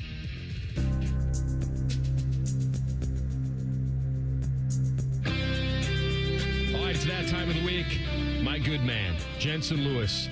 He is with VSiN by the books and MLB Network Radio, of course, former Cleveland closer and originally my co-host. Good to have you, my man. Good to be with you, brother. How are you? Pretty solid. I'd love starting with baseball, but I can't today with you because since you are with VSiN by the books, so I'll be really honest. I took a peek at 10 and a half minutes to go because I just wanted to see. I should have looked it up earlier when they were down 27 at half or 29, but I didn't because who in their right mind would bet that? Right. So I did look at 10 and a half minutes to go, and the Spurs were up 18. And at that point, the Knicks were 17-1. And I thought, all right, it's not the worst thing I've ever heard, but did you take a look? Were there any people do you know of any stories where people said, I grabbed the Knicks either on the money line down 29? The highest I think I saw, AR, was 22-1 at DraftKings. Mm-hmm. And, what do we believe? Were they AI generated tickets? Were they for real? You see some of these people laying $1,000, $5,000. I would have believed if someone said, okay, I'll go grab, plus 22.5 or something of that where, okay, does New York make it a competitive run or at least make it somewhat serviceable to say, all right, it wasn't the biggest of blowouts, but it still was. I didn't. And full transparency was on Knicks money line and under 216.5. And I put my phone down after the first quarter and said, well, both the under and the Knicks are cooked. I even posted, I said, honestly, if I wake up tomorrow and either of these things are different, it'll be crazier than losing my Nationals money line bet up 8 with 6 outs to go. Little did we know, AR, that it would be the theater of the absurd for the Knicks to make the greatest comeback in finals history and for OG Anunoby to be in Knicks lore forevermore with that tip in to send them up 3-1. Yeah, when or if they win the series, it will be. It's a footnote if they don't, but I think everyone believes now that they will, up 3-1. But, yeah, so it comes in at 213 total, and they win by a point, and it's just, honestly, it's crazy town. I don't even know what to say. I know that I'm a big proponent of protecting leads, but I think you got to coach as tough when you're up as when you're down. I think it's harder to coach when you're up because everyone gets a little complacent, and there's no, you know what I look at it, J-Lou? It's like a boxing. It's like a fight. Yeah. And you know you're way ahead on points, and you're still going for the knockout, and you're exposing yourself, and it's stupid, and it didn't make sense to me, and maybe they got what they deserved, but all that happened, and you still needed that epic tip-in that you just talked about. So everything they screwed up, they still could have won the game. Wemby makes a free throw or two, or that tip doesn't go in, or Fox grabs that ball and just waits to get fouled. Yes. I think, okay, so we say this all the time in baseball. Did you lose on the last shot? Yes, you did by the final score. This game was lost in the third quarter when they continued to chuck threes, didn't drive in the paint, and be able to kind of get their momentum back. And even if you want to go to the fourth quarter where Hart misses the bunny of the layup, you were supposed to have Victor Wembanyama be able to nail clutch free throws. That's what your star player does, misses them both. You let him hang around, and you were asking and playing with fire. That's what the Spurs deserved. It wasn't lost at the end. Yes, it was by the final score. But, AR, this was lost in the third quarter when they didn't make the necessary adjustments then. Yeah, they thought it was over, and they were out there like a wreck ball, just launching threes, and they paid for it. All right, so the wheels also falling off a little bit for Cincinnati. So they lose Ellie De La Cruz, got a hamstring. We'll see how long that is. And now they got swept by the Cards. And I think you and I have been predicting some regression here anyway. Yes. So I want to get your feeling on where we are. Reds are 3 back of a wild card, a bunch of teams between them and that spot. They do get a 6-game homestand against Arizona and the Mets. If they want to hang in there, this would be the time. Oh, God. Well, this is it. Your playoffs start on Friday. And to me, a lot of things on the pitching side are really ugly to look at. Back into the bullpen, worst whip, worst walks per 9. They got the second worst ERA as far as bullpens in Major League Baseball. You're absolutely on a tightrope trying to get these things across the line when you have leads, albeit even if they are small ones. And then you look at the starting rotation where at one point you felt, hey, Chase Burns, Nick Lodolo can kind of get going. Andrew Abbott has tried to, be a constant force, albeit he's had his struggles. That has really been it for me. AR, when you can't suppress runs, it doesn't matter what your offense does. And that's even when Ellie was healthy, you could kind of see the wheels falling off then, where if you don't get consistent starting pitching series in and series out, forget it. And that exposes your bullpen. Honestly, AR, that is what I'm seeing front and center. So good luck against the Diamondbacks, who are, still fighting and in the postseason conversation. The Mets have played a little bit better, but then on the heels of that, you got to go into the Bronx next week, and good luck to try and take down the Yankees, who have been a force to be reckoned with in their own right. All right, so let me ask you about where you think they're positioned here, because if we kind of table this conversation about this season, Lodolo will be an extension candidate. He's a free agent after 27. Cruz will be in a contract year in 29. I don't know how you lock him up long-term before he hits the open market. Maybe you do, maybe you don't, but do you like the Reds where they're positioned over the next few years? Chase Burns, Hunter Green, Abbott, Lodolo I mentioned, and then their wave of bats? I mean, on paper, the pitching should encourage you wholeheartely, and the young pitching, but it has been the injury issues. And hey, let's start with Hunter Green. You can't get him healthy through a full season yet. That's a big red flag. I think Chase Burns has that ace apparent stuff, but again, so young in his career, ripe old age of 23 and a half. He's going to have to go through the rest of the year, and then let's kind of evaluate end of the season. Lodolo, injury issues. Abbott has been okay. I think he's, quote-unquote, your most reliable guy at this point outside of Brady Singer. And then Rhett Lauder has had his own issues as far as the injury bug goes. So that's tough to deal with. They need help in the back of the bullpen, AR. They got, listen, Emilio Pagan, one of the most unfortunate hamstring injuries. If that doesn't happen at Wrigley, maybe it's a different story. But that's not only a gut punch, that's a huge morale punch because he had been throwing at least up to that point. Yes, he had a couple of hiccups, but when you lose your closer and everyone gets reshuffled in the back end, take it from someone who knows. It really takes some time to get everyone back on the right side. I think they have a great guy in Sal Stewart. I just traded for him in my fantasy dynasty league. Whatever that means, I think he's got staying power. I love what his dynamic is, and I think he's there to stay. You mentioned Ellie. What can they do as far as an extension there? We'll kind of wait and see what happens. But as they're constructed, you still have some issues to lengthen the lineup. I hope that they're able to get the old Matt McClain back. Jury's still out on that, albeit he has really been better the last week or so. There are some pieces there, but AR depth-wise, they need much more offensively. The guards, listen, they'll be there. I think in this division, we both think they'll be there, a real threat.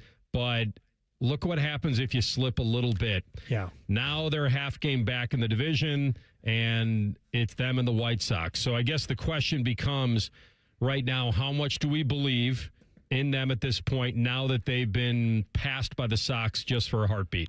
Offensively, I still don't believe in them because, AR, we didn't address what was priority one, or at least issue number one, where they were awful hitting-wise for the majority of 2025.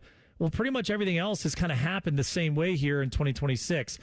Okay, you have a little bit better as far as run scoring. You're a little bit better on base-wise, but you're still bottom 3 in average. You're bottom 3 in OPS. You're not winning a playoff series with that offense, with what you're up against, probably with Seattle, probably with the Yankees. And then let's kind of see what happens with Toronto, kind of looking at Texas too, and Tampa Bay, the way that they've started. I think that's the huge issue I have with the American League. AR, if the playoffs started today, everyone on the outside looking in has a negative run differential, yet you look down at like Boston, they're only 5.5 out of a playoff spot. Everyone who has started poorly has just a good week in them, and they're back in a playoff spot. So as far as it goes with the Guardians, until they make improvements with proven bats offensively, I can't rely upon that. The second half of the season, I don't think they have a miraculous 2 months in them like they did last year to run down Detroit. I think you're seeing where this rotation is going to be taking on some water if they're not able to kind of right the ship in a couple of spots here. Bullpen has been fine. That's what they do. But you can't ask this staff to hold offenses to 3 runs or fewer every single night. It is just a recipe for disaster. Yeah, and their unwillingness to spend may also contribute to this. 3 versus Detroit and then 3 at Milwaukee. So they got to kind of keep playing here with the way that what the White Sox are doing. I agree. And then you got to go to Houston. And I know Houston hasn't been great pitching-wise, but that has been a house of horrors for the Guardians the last handful of years. My man, good stuff as always. Hope you have a great weekend and enjoy it, and we'll talk soon. You got it, brother. Thank you. You got it. That's my man, Jensen Lewis, on the Bryant Heating Cooling Systems fan guest hotline. All right, we'll come back. Deshaun Watson talked to the media. First time in about 20 months. What did he have to say? You'll hear it next. Rothman and Ice and the Fan. A lot of hosts have been on our airways in the past 30 years. Some good, some bad, some really bad. Anyway, sorry for that. The Fan. Bob Yoakum, president of Rockford Homes, talks about what makes First Bank of Central Ohio different. I would say it starts by caring. It starts by doing what you say you're going to do and following through on it. When you're talking about local, you're talking about relationships and people that matter to you. I don't care if that's personally or professionally. Experience what it's like to be first at First Bank of Central Ohio. Visit fbcentralohio.com for more details. Member FDIC, an equal housing lender. Family owned and operated. It isn't all sunshine and rainbows. This is Dennis Sullivan, president of Care Heating and Cooling. Here's something you don't hear admitted very often. When you run a business with your family, you don't always get along with them. We argue, we debate, we have real conversations about the decisions that we make. But at Care, every conversation comes back to our priorities, doing right by our employees and our customers. Because when you treat your team like family, they take better care of the families they serve. And when you treat your customers the way you want your own family treated, trust follows. That mindset doesn't always maximize short-term profits, but it builds something better, long-term relationships. Today, more and more local companies are being bought by venture capital firms, where maximizing profits often leads to a sales-first mentality. Care is still family-owned and locally operated, so we can keep people, not profits, at the center of every decision. Care Heating and Cooling. Call 1-800-COOLING when you need a company you can trust. Feeling stressed or overwhelmed? Not sure how to get the mental health help you need? We've got your back. Call the Mental Health Insurance Assistance Office at 855-438-6442. We'll help you figure out what mental health benefits may be in your health plan. No more confusion, just the support you deserve. Call the Mental Health Insurance Assistance Office at 855-438-6442.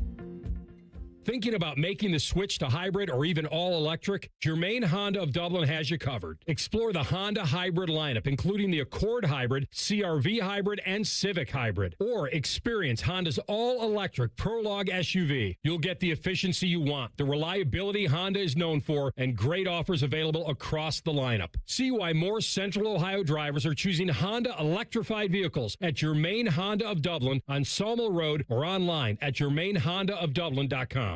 Common Man here. Join me June 20th for the Common Man Mile at this year's Fan 5K in Westerville. Get signed up at 971therace.com. The 97.1 The Fan 5K is presented by Ohio State Wexner Medical Center, and the Common Man Mile is sponsored by Rose Pest Solutions. Rose Pest Solutions has been protecting Columbus homes and businesses for over 165 years. Got a pest problem? Rose is the solution. Call 800-966-ROSE or visit rosepestsolutions.com. Hello, it's John Kozik, founder and president of TurboTrack Realty, and I buy real estate as is, fast for cash. Give us a call today for an all-cash offer at 614-470-2000, 614-470-2000. I buy vacant properties, inherited homes, divorce situations, death in the family, apartment buildings, commercial properties. I even buy my tenants won't pay me the rent houses. Give us a call today for an all-cash offer at 614-470-2000, 614-470-2000. Hi, I'm Josie. My daughter turns 5 today. Blow out the candles. I'm also an Ohio State Highway Patrol trooper.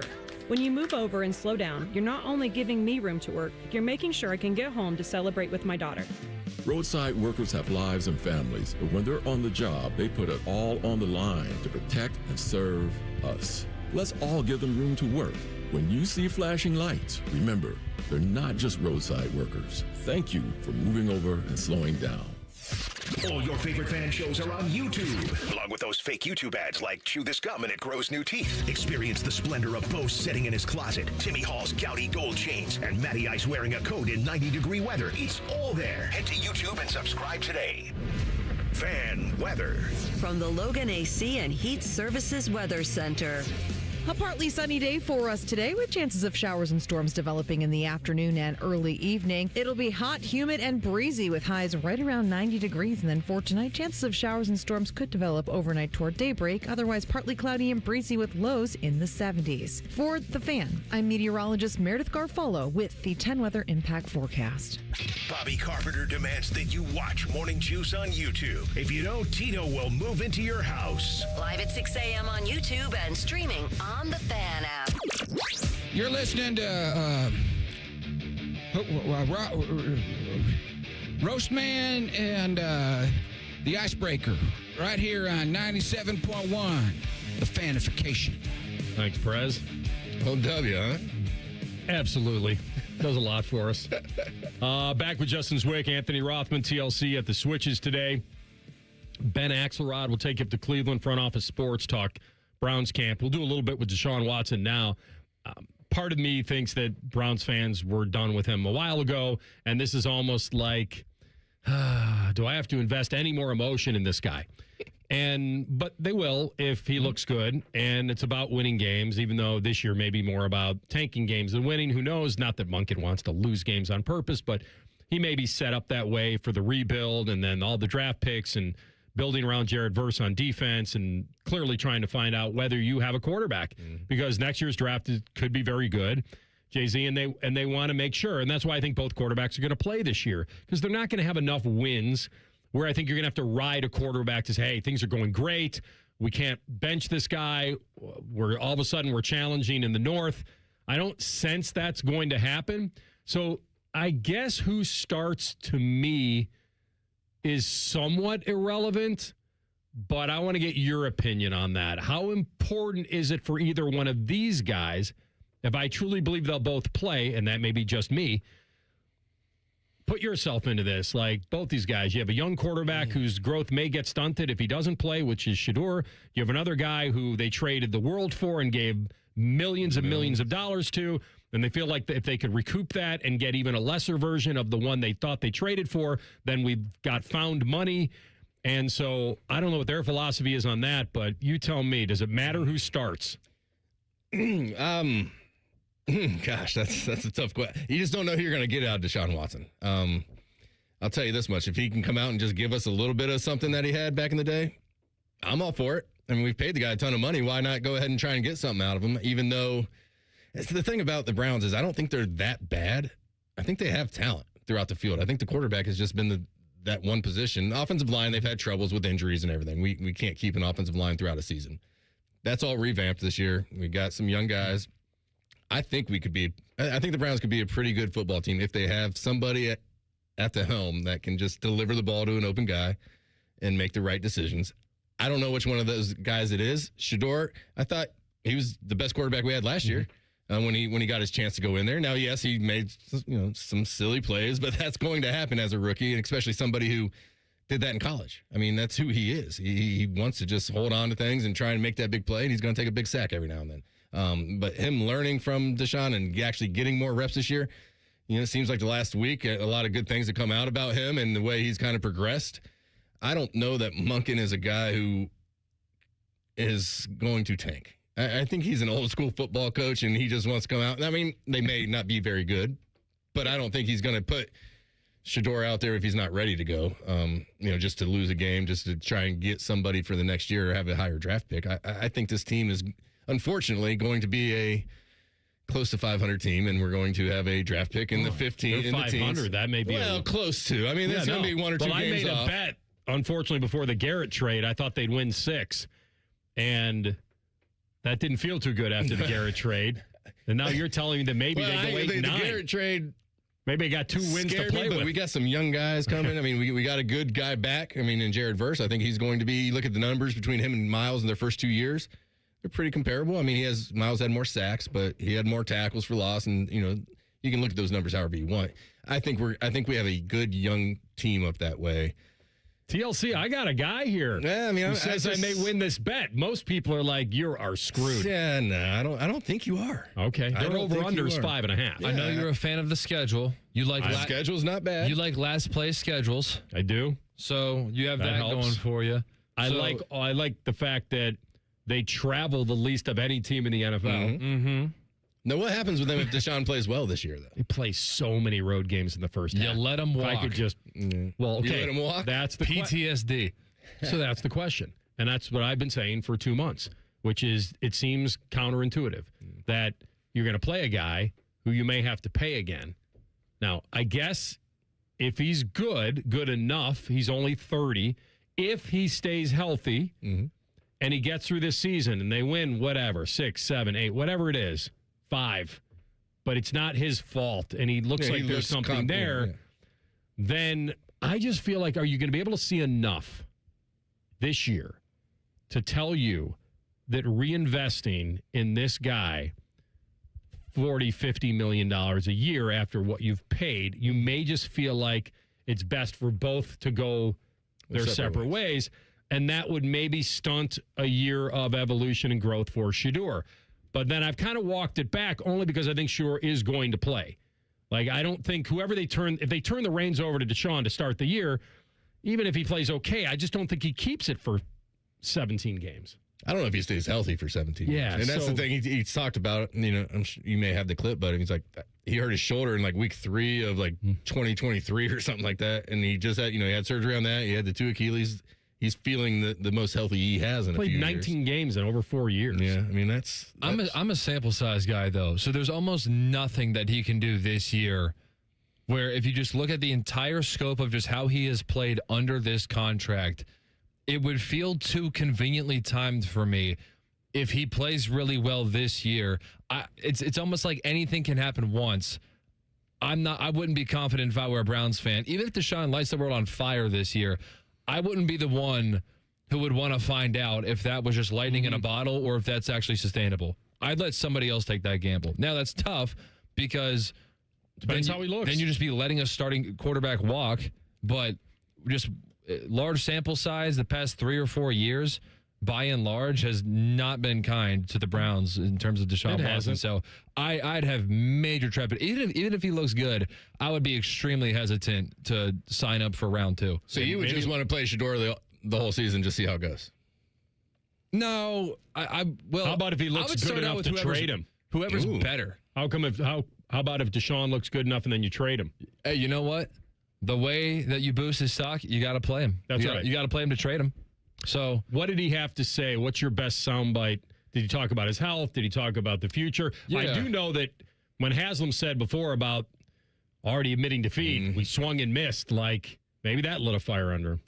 Here, let's just keep it basic here. Just what's the last 18 months been like? I mean, it was a lot of ups and downs. I learned a lot about myself. Learned that, just got to be patient. Just keep working, keep pushing forward. But, I've always kind of had that mentality since I was a kid, growing up. So it wasn't anything, new for me. The situation and environment was probably new, just being with the type of injuries that I had. But outside of that, just keep pushing forward. That's how life goes. Life is going to continue to go on. So yeah, it's been tough, but at the same time, I was able to grow and learn.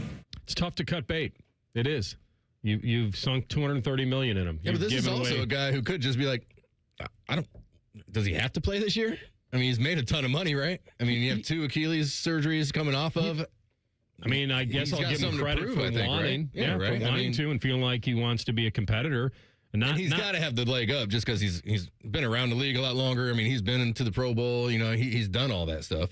Been through the OTA. I mean, he just has more experience. So you would think week 1, he's got to be the guy. He's got a leg up in that they gave up 3 first-round picks. Well, and they paid him so much money. Yes. Yeah, like they feel like. I almost think he actually has more of a leg up because they only took Shedeur with a 5th-round pick. Well. Yeah, those are the opposite ends of the earth, right? It's one guy you may have found in the 5th round, and the other guy you paid $230 million, and you still don't have anybody. So you got to find some middle ground there. And I think they believe that Shedeur was great value where they picked him. I just don't know if they believe he's a franchise quarterback. They're going to give him a shot, but they do believe they have a franchise quarterback on their roster right now if he's healthy. I think they do believe that Deshaun is. Now, Monken, that'll be his job. He's a brand new head coach, but it sounds like Haslam was more than okay with giving him a shot because he honestly is the owner. He probably could have said to his head coach, "We are not playing him. Mm-hmm. We're not playing him. We're not going to go through this again. I'm done. I don't want to even dream that you might play okay enough where I've got to make a decision to pay him. It was a bad deal. I screwed up. 3 first-rounders and $230 million. Let's not throw good money after bad. But they're so desperate to try because they don't have anything really yet. If Shedeur was, name another guy like if he was like a late first rounder or somebody you thought that may have a better future, then maybe you'd lean more into that. J.J. McCarthy. Well, he got hurt too. But yeah, that's I don't think he was ever. Well, and look what they did. They got a cheap quarterback, and now they're going to move past J.J. real quickly. Or Kyler, which whoever loses. Yeah, well, it's Kyler. I mean, to lose that job would be tough. But yeah, like you feel like you have something. Like I don't know if they know what they have in Shedeur yet, truly. No. And so they have to. That's why I say both quarterbacks will play. What I'm worried, and maybe they both need to play, based on I don't know if Shedeur would make it. So I don't know, but it's weird. So that's the Deshaun. What else you got with him, real quick? Let's do one. He seems to be embracing a lot of the responsibility because he likes how Monken's offense puts a lot of responsibility on the quarterback. It's a lot of responsibility on the quarterbacks in the system. And I think that that's what I had in Houston when I was with Bill O'Brien. It was, pretty much that Tom Brady tree, and everything relied on the quarterback operation. So with Monk, he's given a lot of responsibility to us. And, you got to own up to the responsibilities and the situations and what you decide to do on the field. And I think that's something that I'm very comfortable with. There is some positivity in his voice. I know. Shedeur, there's competition. You've gone through it. No one's handing it to him technically. He's got to earn his way back. He's already got his money. Maybe he wants to showcase for another team. He still wants to play ball. You're right. He doesn't want to go out. But he's trying to rewrite his narrative. Any athlete doesn't want to go out the way the last 4 years have gone for him, right? You sign a big deal. Everybody's talking trash on you. We swung and missed. The owner's coming out and saying that. No athlete would be like, oh, okay, I'm good with walking away here. Like, that's how I want people to remember me. He wants to come and flip that narrative. And if he does it and he takes the Browns to the Super Bowl, good. I'll have him back for another 10 years after that. But Will that's going to happen. Will he want to stay? That's the other thing. Even if they want him, would he want to stay? That's the other thing I'm afraid of. Like, you let him showcase, use your platform to showcase, and he's like, thank you, I've rehabbed my narrative, and I'll be gone.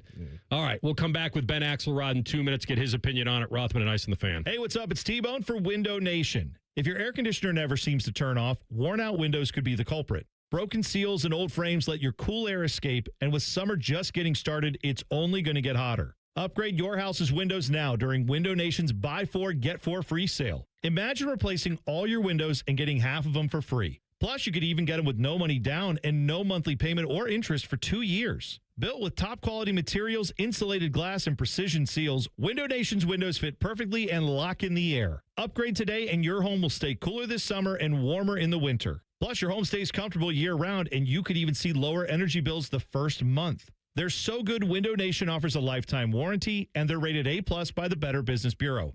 Don't wait to put an end to your window problems. Save big with Window Nation's Buy 4, Get 4 free sale going on now. Sale ends soon, so visit windownation.com to book a consultation. That's windownation.com. Window Nation, a proud partner of Wounded Warrior Project. Feeling stressed or overwhelmed?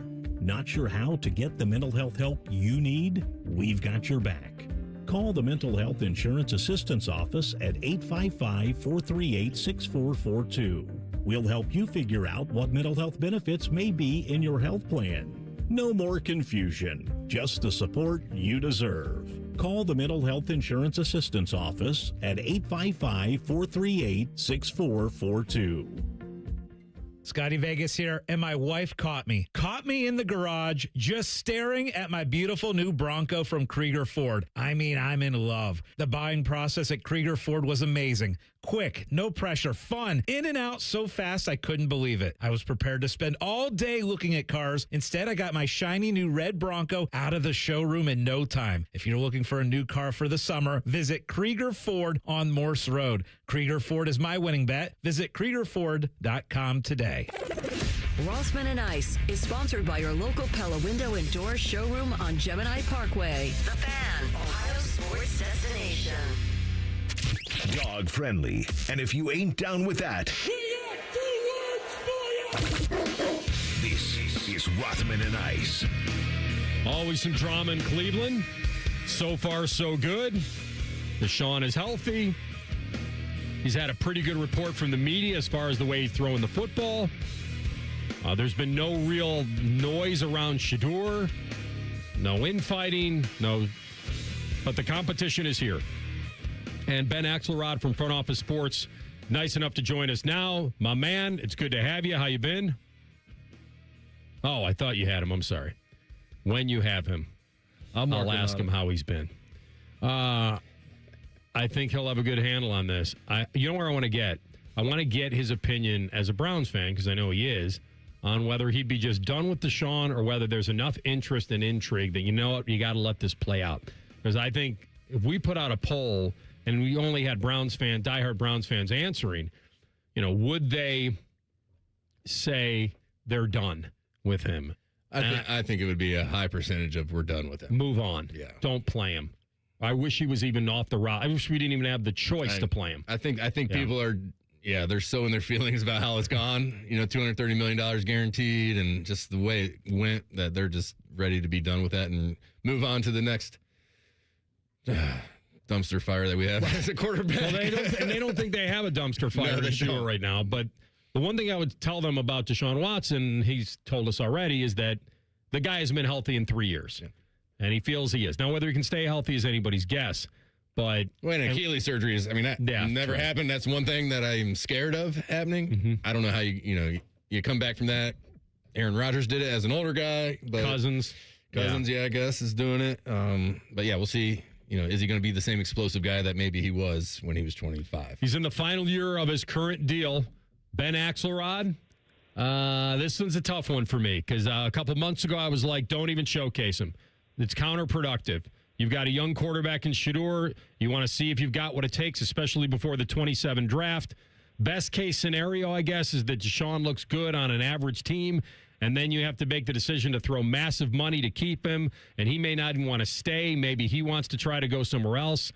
Your thoughts on even having a quarterback battle? Yeah, I think it comes down to Shedeur, right? I think it comes down to, does Shedeur look good enough to be a viable starting NFL quarterback? Because, you can spin it however you want, but you can't fool your locker room. And if the locker room knows that Deshaun is significantly better than Shedeur, but Shedeur's the one out there starting, that's going to lead to bigger issues. And so ultimately, I think all things being equal, the Browns would love for Shedeur Sanders to go out and win this job, or even play well enough to, justify playing the younger guy over the older guy because it's close enough. But ultimately that comes down to Shedeur. That comes down to how much he grows in year two. And it comes down to how comfortable he is in, his second, really his fourth offense in as many years, maybe fifth offense in as many years, going back to his college career all the way back at Jackson State and then Colorado. Well, the quarterback is only as good as, the guys surrounding him. So I think they've done a good job revamping that. Talk about the, offensive line. Who is the main guy that we're going to have there? Or are we really excited about them? And then these young receivers they brought in. I know last year, Judy was the guy, has some drop issues, and we didn't really have anything explosive. Brought in two young guys. How have they been looking so far? Yeah, it's a totally revamped offensive line. It's 5 new starters from a year ago, which has really only happened a couple of times, I think, in NFL history. I think, it's tough to evaluate them now. They're only in the shorts and T-shirts period, so it's hard to, evaluate how any of these guys truly look. But, Spencer Fano, their first-round pick, that's going to be the key to all this. He's the guy stepping in at left tackle. They really haven't had that left tackle spot secured since Joe Thomas retired after the 2017 season. So you're coming up on a decade here at, probably the second most position on your offense where you're searching for a long-term answer. So it comes down to Spencer Fano. And then the other big question is, can Parker Brailsford, their rookie, I think he was a 5th-round pick, can he start at center and allow Elkin Jenkins to play guard, or is Elkin Jenkins going to have to play center? And then you shift around the rest of the offensive line, and how does that shake out? Those answers, though, I think are more training camp answers than they are mini camp answers. At wide receiver, though, we are getting some answers. I mean, Denzel Boston has been one of the standout performers through the mini camp and really through the entire offseason program. I mean, he was a 2nd-round pick, but he looks like he's going to be, in that starting lineup, one of the top 2 receivers, probably opposite Jerry Jeudy, and then it comes down to how do you want to use Casey Concepcion and also Isaiah Bonds, who's also having a strong mini camp. So the wide receivers, I mean, they're improved, but they had nowhere to go but up. But it's also a lot of young guys. It's Denzel Boston, it's Casey Concepcion, it's Isaiah Bond, who's in his 2nd season here. So you're relying on some young guys, but like I said, they really didn't have anywhere to go but up. Our friend Ben Axelrod, Front Office Sports on the Bryant Heating Cooling Systems Fan Guest Hotline. Can they answer both of these questions, Ben, this year? Can they answer the question of whether Watson has a future and Shedeur has a future in the same season? Can they answer both of those confidently? I mean, I think they can answer them if both of the answers are no, or if at least one of the answers is no. I think it would be tough to find a way where the answer is yes to both of those questions. I do think, like I said, all things being equal, you would like Shedeur to win that job. I think it's, you mentioned even Deshaun Watson being a quarterback on an average team and what that would mean for his future. I think the bar is going to have to be so high for Deshaun Watson to really have a future beyond 2026 in Cleveland. Like, I think it would have to be something totally unforeseen, like a run into the second or even conference championship game, which I think we all know this team isn't in a position to do. I think ultimately, the Browns are ready to move on from the Deshaun Watson era, and the fact that he's still on the roster is just a reality of his contract and a reality of what the rest of the quarterback room looks like. And I think Shedeur, I think Shedeur definitely has the higher potential, but it's also going to be a tall hill for him to climb. I mean, he's really going to have to prove, knowing where this team is going to be drafting likely next year, knowing what the quarterback class, it's easy to say now, we feels like we've said this the last 2 years, but knowing what the quarterback class is supposed to be in next year's draft, and how desperate the Browns are to find that answer at quarterback, I think he also has a tall hill to climb in terms of, establishing himself as the Browns quarterback of the future. But yeah, I mean, the opportunity's there. I mean, if you were a quarterback looking for playing time and looking for opportunity, Cleveland is certainly a great situation for you. And I think that's ultimately what both Deshaun Watson and Shedeur Sanders have going for them the most. Myles Garrett just traded. Does the defense fall off this year, or do we get enough parts in with the young guys that we drafted last year? Are we still going to be able to hang into these games? Yeah, I think defense changes so much year to year. So I think even if Myles Garrett was still on this roster, that there would be valid questions about, can they maintain, the level they've really played at the last 3 seasons. Probably most of all because they're moving on from Jim Schwartz, who I think anybody who's watched the Browns the last 3 years knows that Jim Schwartz's scheme and his really aggressive approach and the way he matched the secondary with the pass rush, I think that was, one of the biggest keys, in addition to obviously having an all-world talent in Myles Garrett and Denzel Ward at cornerback. I think, getting Jared Verse in that trade, I think the Browns are kind of playing a tricky game here, kind of pumping Jared Verse up as this one-to-one replacement of Myles Garrett. But Jared Verse is like a legitimate Pro Bowl pass rusher, so it's not like you're going from Myles Garrett to nothing. It's if nothing else, a shorter fall off from Myles Garrett to Jared Verse. But yeah, I mean, I think because of you change who you play every year, because the scheme is changing, because injuries are more common on defense, I think there's always valid questions about whether or not a defense can sustain year over year. My man, great to have you as always, bud. Enjoy the rest of the playoffs in both. We'll talk soon. Absolutely. Thanks for having me. That's Ben Axelrod, Front Office Sports, the news editor there. He was on the Brian Heating Cooling Systems Fan Guest Hotline. All right, when we come back, a certain NFL team reworked a contract. Why now, and should they have waited? Rothman Ice and the Fan. Wake up with the Fan. Eat lunch with the Fan. Go to bed with the Fan. Dream about the Fan. Then change your sheets. Gross. Ew, you guys are gross, but stick around in case I don't find anyone else. The Fan. The great thing about Atlas Butler is they do it all. Heating, cooling, plumbing. Look, I'm busy with work. I don't have time to wait around or deal with lots of people. One company, one call, and they do it all. Wonder if they'll clean out my inbox. Seriously, offer that service. Please. Atlas Butler is at your service. Call 1-800-FURNACE. When sudden illness or injury strike, Ohio State offers 3 types of urgent care to meet any of your needs.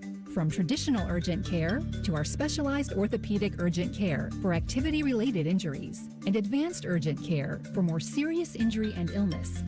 Our experts treat everything from broken bones to ear infections and colds and flu. Ohio State Urgent Care. This is world-class care.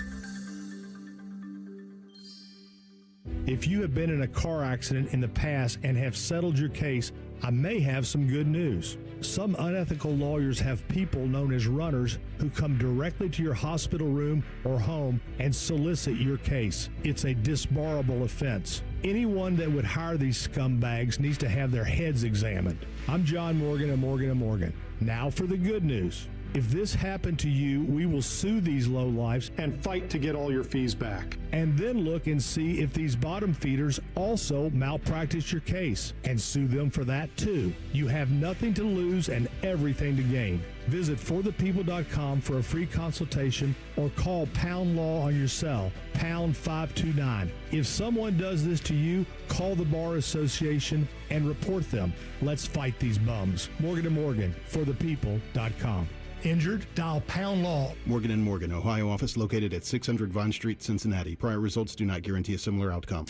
Join T-Bone and Tybus mornings on The Fan for football, food, and fun, featuring T-Bone. Now, when you were talking about the football stuff, I was listening, but when you said Waffle House, I leaned forward in my chair. And national champ Tybus Powell. I was staring myself in the mirror for a good 10 minutes today looking at it. Where they solve all the world's complex problems. We're not putting the toothpaste back in the toothpaste container. Sponsored by Capital Ford of Columbus. Football, food, and fun with T-Bone and Tybus. Weekday mornings from 6 to 9 on The Fan. If you don't have Friday, June 12th circled on your calendar, get out a marker, circle that 12. Hollywood Casino Columbus is the place to be. Scotty Vegas here, and we're going to be cheering on Team USA in the sportsbook with a big watch party at 9 o'clock. Contest, prizes, plus the all-new Hollywood Casino Columbus Hotel grand opening is June 12th. Brett Michaels live, fireworks, swag, food trucks, and our watch party. Must be 21 or older. Gambling problem? Call 1-800-589-9966. For over 78 years, our family's been part of your love stories.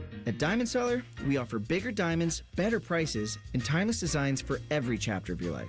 From your first yes to your forever I do, trust the jeweler who knows diamonds best. Visit Diamond Seller today. Great Lakes Hyundai, the savings are so good. Get 0% financing for 60 months on new 2026 Tucsons. Only at Great Lakes, Columbus, or Dublin, or glakeshyundai.com. Approved A1 credit. Up to 30K finance only. Plus qualified trade. N76. Experience the adrenaline of Barrett Jackson in Columbus, June 25th to 27th at the Ohio Expo Center and State Fairgrounds. See hundreds of no-reserve collector cars cross the auction block and sell to the highest bidder. Take in the lively exhibitor marketplace. Engage with interactive sponsor displays and enjoy a wide selection of food and drink options. It's an exciting, high-octane event for fans of all ages. Advance tickets on sale now for the world's greatest collector car auctions at barrett-jackson.com. When you're listening to T-Bone and Tybus, all the F words apply. Football, food, and fun, and fat, and furry. They both have ears. And they dress up like animals and hump things. T-Bone and Tybus. Weekday mornings at 6. The Fan. All your favorite fan shows are available when you want them. Head to 971thefan.com and hit that subscribe button. The Fan, Ohio sports destination. Hitting a hole in one into your ear hole. Ew. This is Rothman and Ice.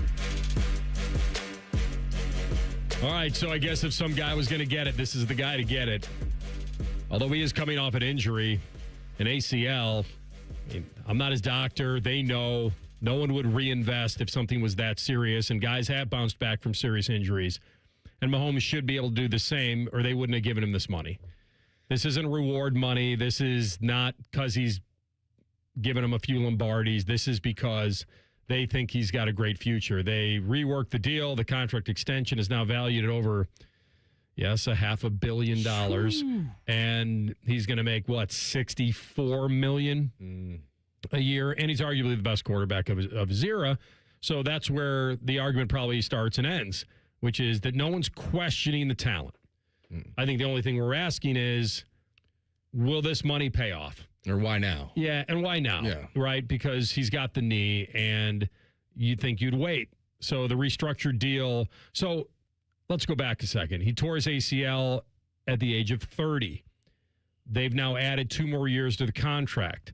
So Mahomes is now tied to the Chiefs, for them, which is great, to 2033. So he was already tied to him until 31. Yeah, so he's going to be 38 years old then. So they've basically guaranteed that his entire career and will be with them. It's not the worst decision I've ever heard. And like I said before, I don't think they would do this if they felt like they needed to wait and see on the knee. They could have. Most people would. There was no real pressure to do it. The pressure is that he's a generational talent. And they've already seen it and watched it and lived it. And they've committed $689 million to him from 22 to 33. That's a lot of faith. That's a lot of faith. Yeah, you're going to be our guy no matter what. But, yeah, 3 Super Bowls? I mean, the guy's been awesome. You feel like you have a guy like that. These surgeries nowadays, these injuries, these athletes somehow bounce back. I mean, it used to be an ACL had you down for a year and a half. It used to be Tommy John, you're done as a pitcher. Now pitchers are getting that stuff done just to come back stronger. You know, the Achilles are happening so quickly. Like it's amazing, the technology and science and everything that goes into it. But he's getting after that recovery. He's getting after the rehab. I bet he's ready for week 1, and that's probably maybe had something to do with this. They were really feeling good about where he's at. They realized that they don't want to bring somebody else in. They don't want to play that game. They're going to keep the quarterback that's done so well for him there and really integrated himself into the community. I mean, everybody out there loves him, and that's not a bad PR move by any means. Nobody's going to say, why are we giving him all this money? Like, they've already given him a ton. Well, I know. And why not guarantee that he's with them forever? And like I said in the beginning, this is not. I can sit here and say, wait a minute, man, he just tore his ACL. Let's wait and see a little bit. Let's see how he responds. We're coming off our first losing season in forever. We're getting old. Our team is getting older. Maybe at some point in time we're going to have a reset, but they're getting ahead of what everyone knows, which is this league isn't going anywhere and the quarterback salaries aren't reversing. And it mirrors Brady in that Brady tore his ACL when he was 31, and now he tore it when he was 30. And guess who he's chasing? And guess who they're chasing? They want him to break every record and be the guy in a Chiefs uniform.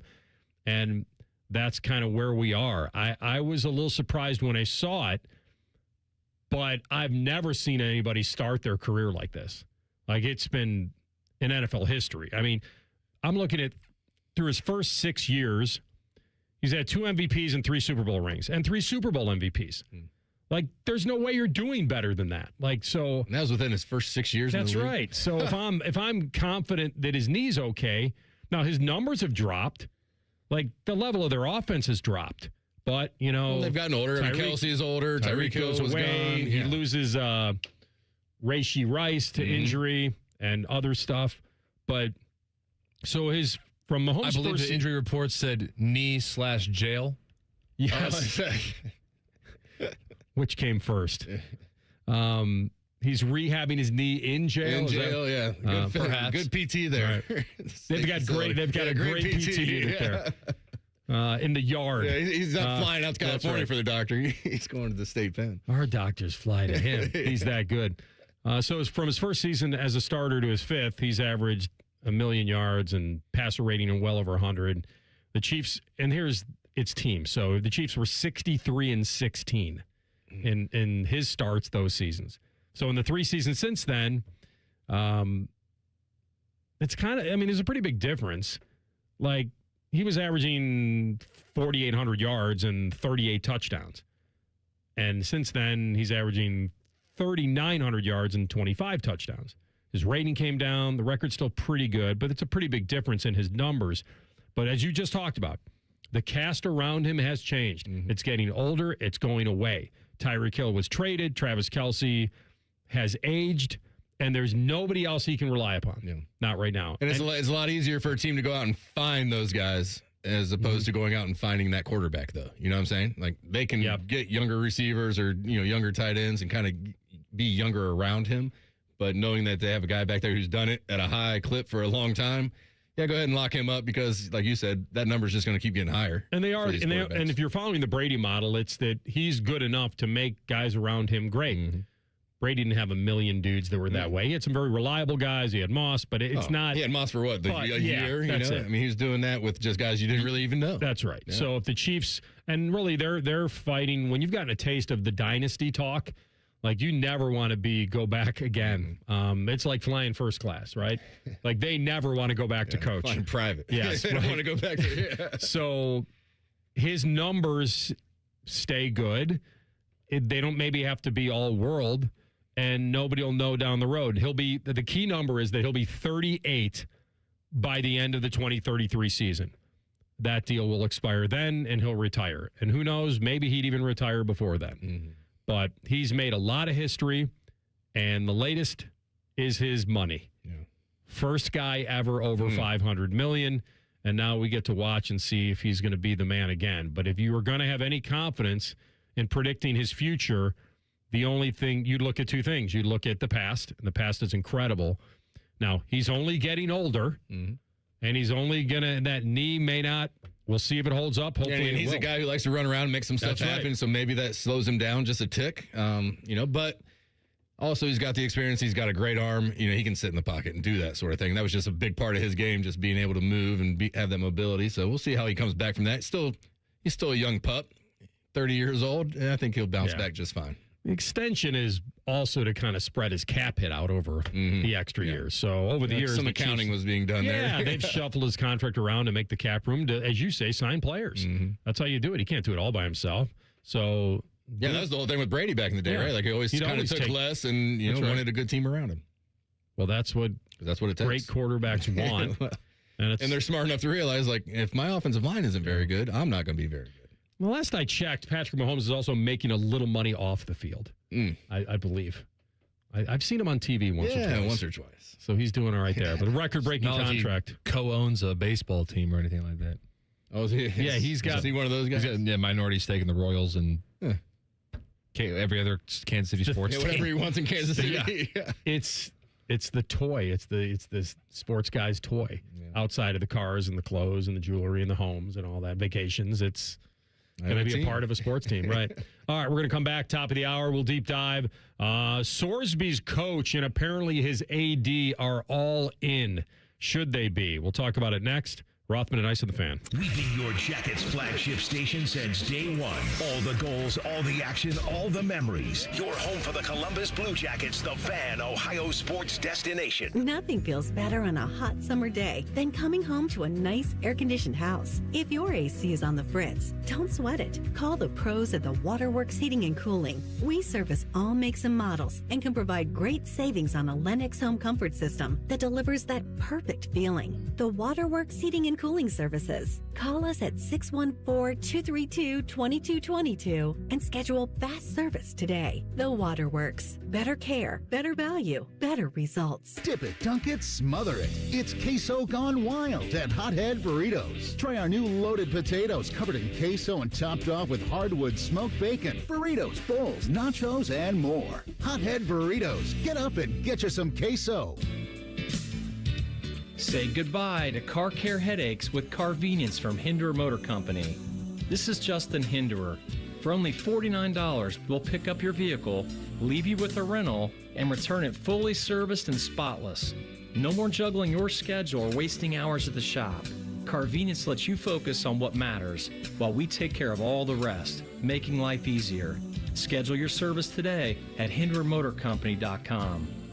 It's 2026, the year you achieve your health goals. The Good Feet store wants to help. Trade in your bad feet for good feet. We want to help you walk, run, exercise, and play in comfort this year. Visit the Good Feet store on Polaris Parkway near the Polaris Mall or on Stringtown Road in Grove City. Common Man here. Join me June 20th for the Common Man Mile at this year's Fan 5K in Westerville. Get signed up at 971therace.com. The 97.1 The Fan 5K is presented by Ohio State Wexner Medical Center, and the Common Man Mile is sponsored by Rose Pest Solutions. Rose Pest Solutions has been protecting Columbus homes and businesses for over 165 years. Got a pest problem? Rose is the solution. Call 800-966-ROSE or visit rosepestsolutions.com. In the military, the mission was clear. You knew what to do. Now, the mission has changed. Stepping into civilian life isn't about finding a job. It's finding your purpose. I wanted a career that would leverage the skills and discipline I gained in the military. IT just felt right. My Computer Career offers class schedules that fit into your life and skills in high demand. Put your VA benefits to work. Visit mycomputercareer.edu/CWP to jumpstart your IT career today. An elite CompTIA certification partner. Financial aid is available to those who qualify, including VA benefits. There's only one Ozempic.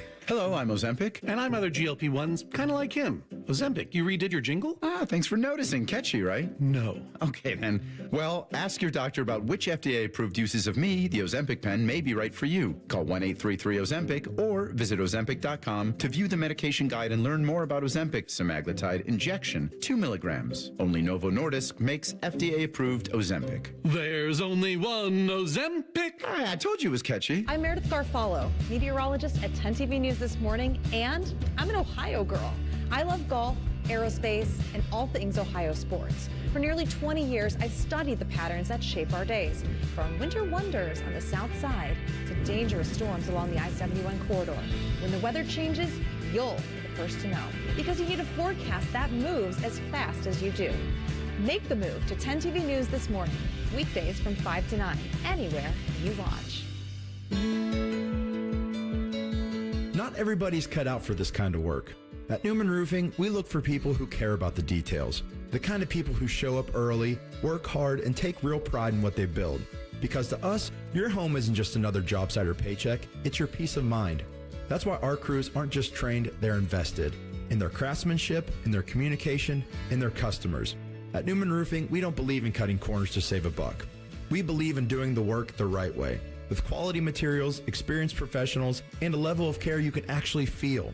It's the reason so many of our customers come back to us time and time again. And they recommend us to the people they love the most. Roofing, siding, gutters, whatever your home needs, trust the company built on family values and hard work. Newman Roofing. Don't just get a new roof, get a Newman roof. Call 614-NEW-ROOF or visit online at newmanroofing.com.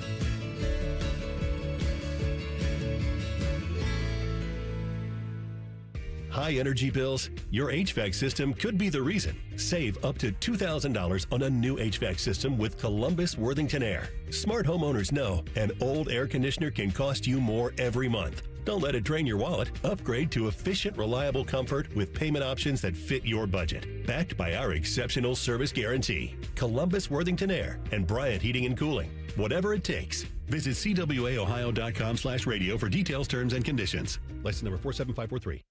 Broadcasting live from the McDaniel GM Superstore Studios. Driving excellence since 1916. Chevrolet. Together, let's drive. WBNS HD1 Columbus. Good afternoon, I'm Tyler Danberg. Browns minicamp wrapped up today, but head coach Todd Monken said he's still not ready to name a starting quarterback before training camp next month. With Shedeur Sanders and Deshaun Watson among those vying for the job, Monken on if there are negatives of not naming a starter entering camp. It would feel different if I didn't feel like their progression hadn't gotten to this point where I think they both can start and play winning football. I'm convinced of it. I'd say it if I didn't. Also today, former Buckeye and current Brown safety Ronnie Hickman signed his tender as a restricted free agent after 17 starts last year. Stanley Cup Final Game 5, Golden Knights visit the Hurricanes with the series tied at 2. Golf, Sahith Theegala leads round 1 of the RBC Canadian Open at 6 under. This update sponsored by the Waterworks and Header Plumbing, Drain, Heating, and Cooling, together to serve you better. Scheduled today at thewaterworks.com. Breaking sports news when it happens on The Fan, Ohio's sports destination.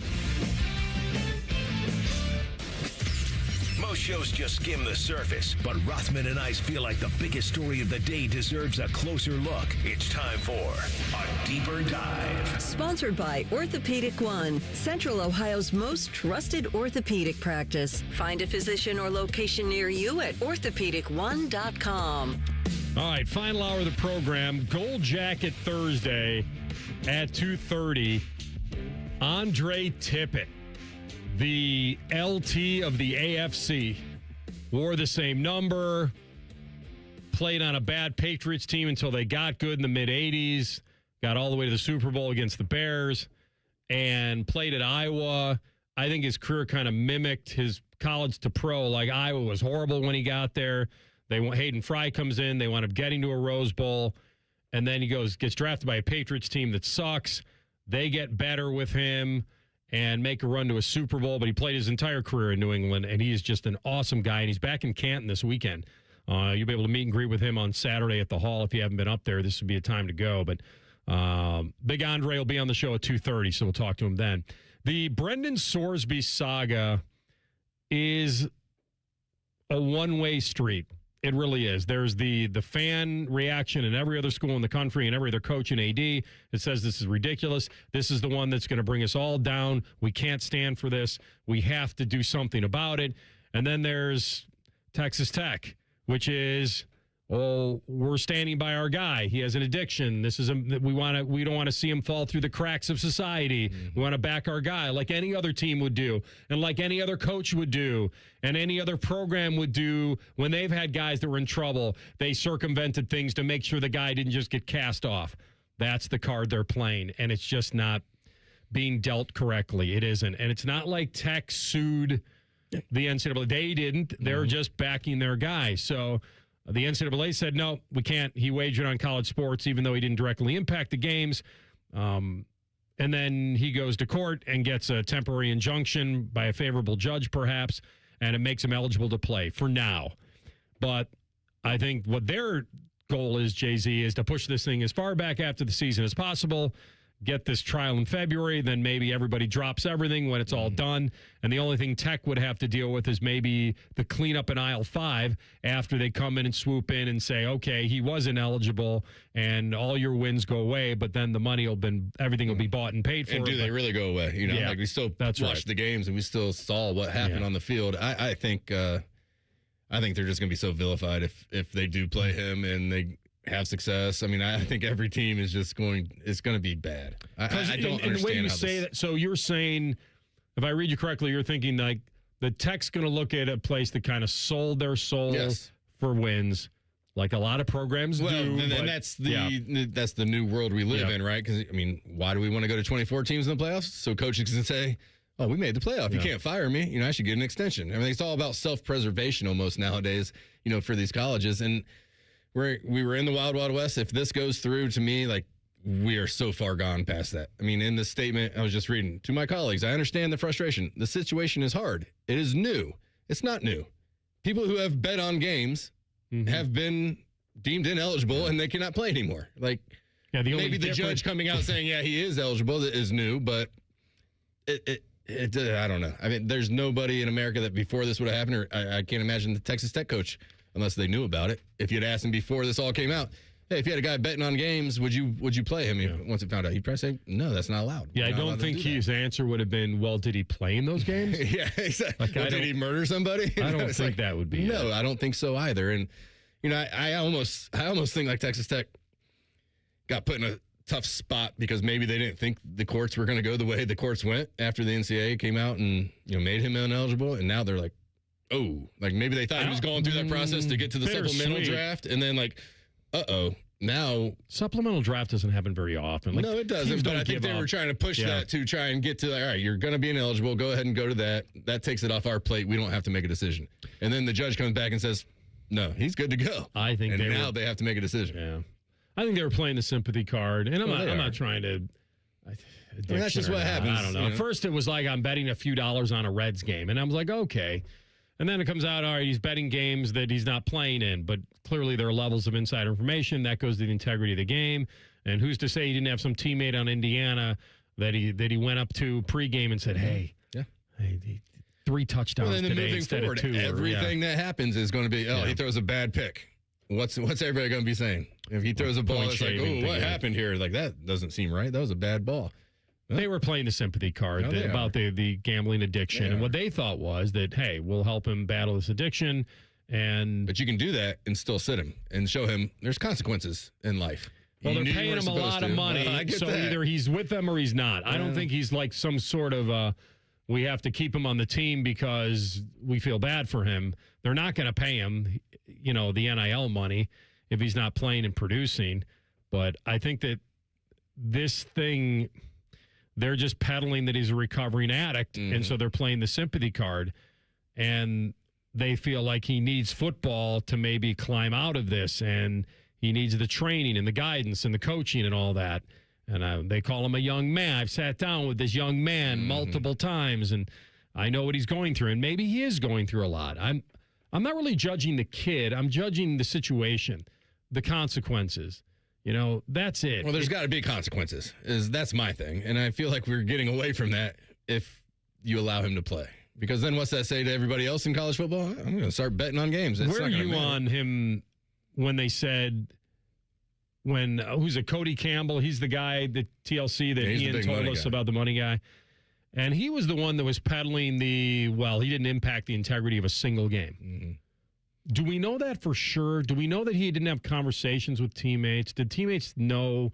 Did they? I mean, clearly he had inside information, and that's, you know, I haven't read or heard anything like that's verified, but I've heard some people tell me like they knew about it. Like it was something that was known at Cincinnati. It was something that Texas Tech knew about before, you know, he got down there. There is some hypocrisy, though, because there are teams out there right now that have had kids play on their team that aren't good dudes, that have done bad things. Mm-hmm. There have been guys drafted in the pros that have done some really bad things. So the hypocrisy is that while he may not be a horrible person, he violated the big one, which is the integrity of the game. Mm-hmm. But you could make a case that other people have done worse things. And they've come out and say that. Well, it's not, he didn't murder somebody, he didn't cause bodily harm to anybody, which, yes, fair. That's fair. But Pete Rose is the hit king in the MLB. But there's a ton of people that defend him, though. Well, we've had that conversation for years on this air and be like, wait a minute, he should be in the Hall of Fame. But the precedent was set in a way, right? Because you had the guy who has the most hits ever in Major League Baseball, and he's still not in the Hall of Fame because he got caught betting on games. And even though he was maybe betting on his team to win, he was still betting. Yeah. And you just know as an athlete, that's one thing you cannot do. But people defended, forget about the Hall of Fame for a second. People defended, when they defend Rose, they usually come back with, well, he only bet on his team to win. Mm-hmm. And my response to that is that, okay, there's definite layers you can go down to that. All right, did he bet every game? Did he bet the same amount every game? What about the games he didn't bet? Like or the games he had big money on, did he manage the game differently? Did he not tell his pitcher who he threw well over his pitch limit because he was pitching well because he had money on the game? Like there were so many violations of potential integrity with Rose, but everybody always comes back to, well, how can it be bad? He only bet on him to win. Like he had confidence in his team. What's wrong with that?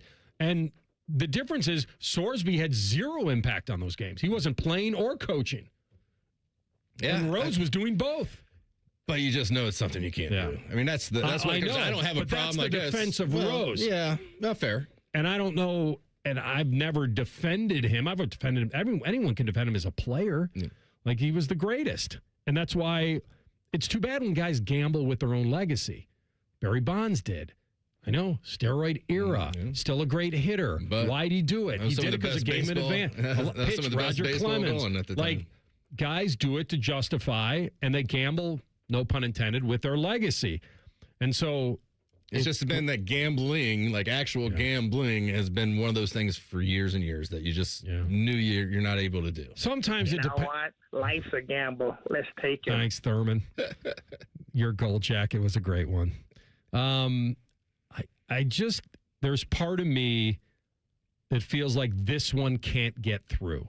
This one can't sneak through. I can have some sympathy for him. Yeah. I can. If he was betting on games he wasn't a part of, gambling's a big part of youth now. It's a big part of our society now. Leagues are in bed with it now. They never were before.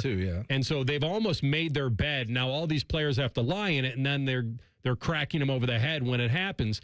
But I don't think this one can sneak through. And I'm here to tell you, I think this is happening. I think he's just got caught. Mm-hmm. I think there's a ton of dudes betting and a ton of dudes telling their friends how they feel about this, that, or the other. Or, hey, I need you to put $1,000 on the game for me because I can't. Yeah. Like, it has to be happening. You can't police it all, but this one we know. You can only get the one you know.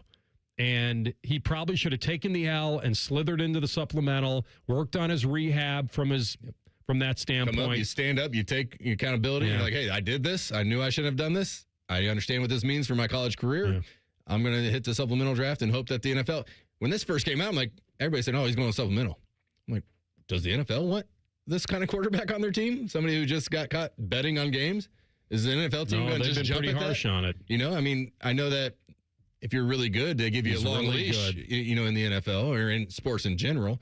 But that's just not the greatest look, I would say, to bring in a rookie guy who had to leave college because he was gambling on games. Yeah. The concern isn't on the field. The concern is off. Yep. He's in the face of your franchise. You're going to give him $500 million? He's going to be questioned about his addiction and whether he's always going to be battling that addiction because that's what it is. And it's so easy because it's right in your pocket every time. And he used family and friends to bet for him. He knew what he was doing. He evaded the NCAA rules. Sending money out of Texas to try and have people bet for him because he couldn't bet when he got down there? Possibly, yeah. I mean, I'm sure. Now, that feeds into the addiction. Yeah. So as much as you don't want that out there, you do kind of want that out there. Like, this is how bad it was. Yes. You almost don't want to downplay it if you're using the addiction Which is what they're going down that road. So that means more comes out because you kind of need it look to. at what I was doing. Look at this. Yes. I was out of control. Yeah. I mean, there was a baseball game in Japan I was betting on. Didn't know anything about it. He does not want to make this sound like it was a casual hobby. Yeah. All right, here we are. It'll be ongoing throughout the summer. We'll come back. Shedeur has spoken as well. How does he feel about the battle? You'll hear it next. Rothman and Ice and the Fan. All the 10 TV people come over to our side of the building to take a deuce. That should tell you something about how we operate. The Fan. Care Heating and Cooling. When you need a company you can trust, call 1-800-COOLING.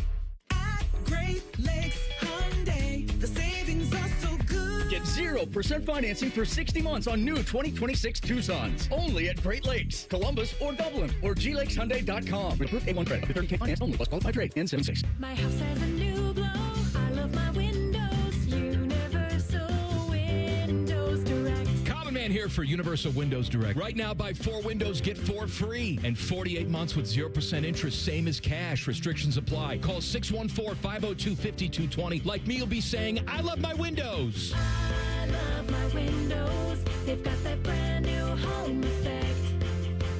Universal Windows Direct.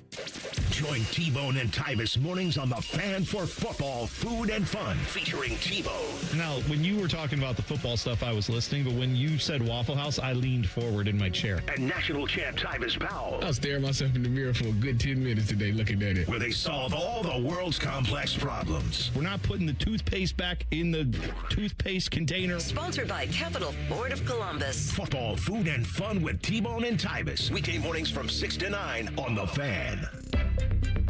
Today, we're talking about how you don't have to earn more when you can save more.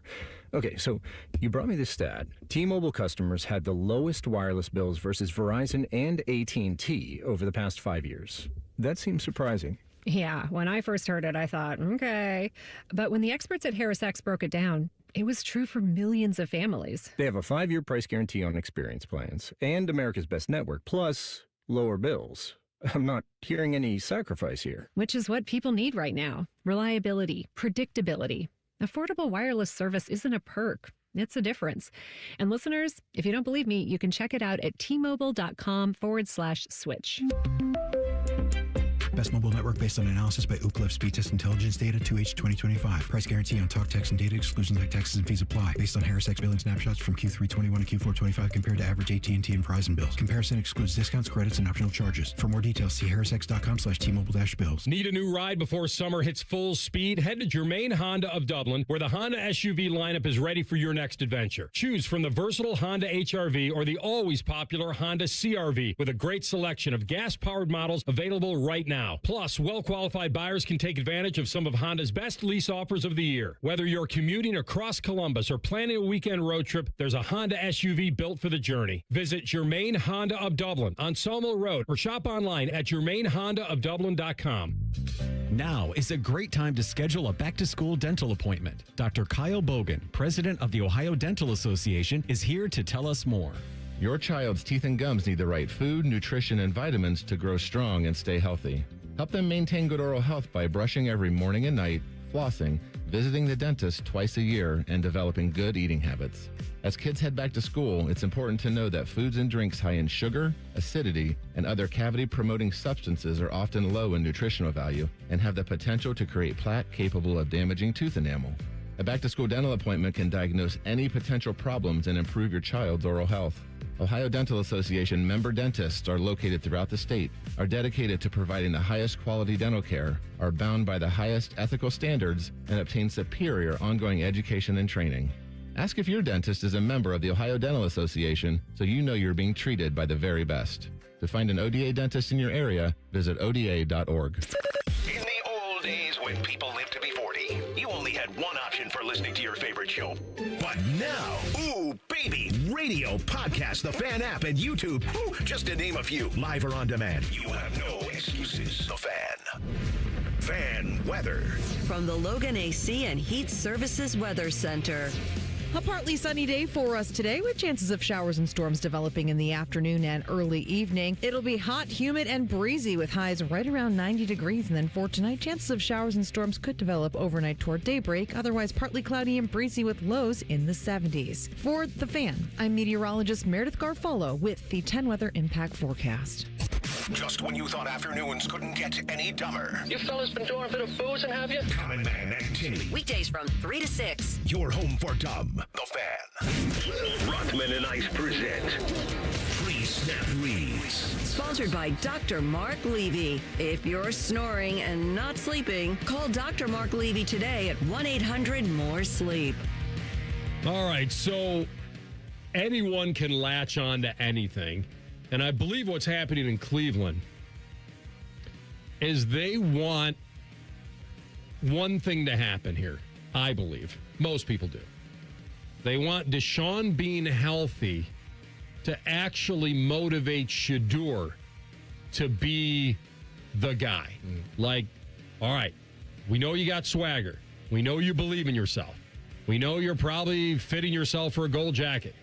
But his press conference has kind of been downplaying the competition, and everybody wants him to embrace it. And, like, now that's bothering people. Like, so if there's going to be a fight and a battle, let's get one. Let's not be like, he's my teammate, and we're all, like, I think that's what they want. Oh, yeah. And so, do you actually have some sound from our guy, Shedeur?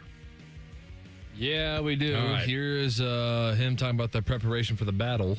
See, I think the way how y'all look at things is different than how we look at things. We look at coming to practice every day being the best player we can be as an individual and as a good teammate. Y'all look at it as like a competition. It's like that's not really nothing I'm just focused on. I'm focused on developing as a player, like doing everything, getting as comfortable as I can in the offense and the scheme and playing with that confidence I had. So I think that's all I'm really looking for and trying to improve every day, whether it's mentally, physically, emotionally, spiritually. Like, I'm just trying to be a better person every day. And wherever that falls into place, it'll fall into place. I think it's refreshing. Like, this is the last guy who would downplay his own abilities or say, you're going to have to come pry this job out of my dead hands. Like, actually, that's what I was predicting what he would be saying, which is, Deshaun's a great guy. Glad he's here. He's got to come through me. This is my like, team. that's what everyone expects him to say. And since he's not saying it, everyone's like circling back to crush him. This is the Shedeur Sanders I like to hear. And a guy who's learning how to be a pro. And I feel like last year we saw some of that when they were trying to get him to go against like Stefanski or Gabriel, and he's just like, "Listen, I'm just here. I just want to be a good teammate. I want to get better at football and blah blah blah." I think he has a really good mindset as far as dealing with the media, and maybe they aren't happy when he doesn't give them what they want or the headline that they're looking for, but he's got a great mindset there. And just, I'm coming in, I'm trying to get better every day, and the chips will fall where they were or where they will. But not what you would expect, just being a Sanders and what he was. A little bit of a change of pace from after he won his first game last year. Well, This 1 week of practice. So imagine what a full offseason look like. That's what I'm telling you. Let's go, baby. It's refreshing to hear him dangerous. keep his focus, keep it on development. Yeah, he's not walking in like this is my job. It's like not a walking personal around. battle to just beat out a guy in my team. A lot of people want to see me fail, and that ain't gonna happen. It's all good. You've said it, bottle it up, and he's had some good times in camp so far. And he doesn't want to let coaches down and all that. Yeah, he's talked about relationships with the coaches and how that's really important to him. And I think he was the first one that Monken met when he got the job. And he brought him a horse head or something. Said, I want him. I wanted you in Baltimore, and he was kind of like a little bit of glaze there. A little bit. Yeah. But you got to do that. You got to keep those quarterbacks happy. We're all prima donnas. In some way. Hey, at least he met Todd Monken. Not everybody on the roster did. That's right.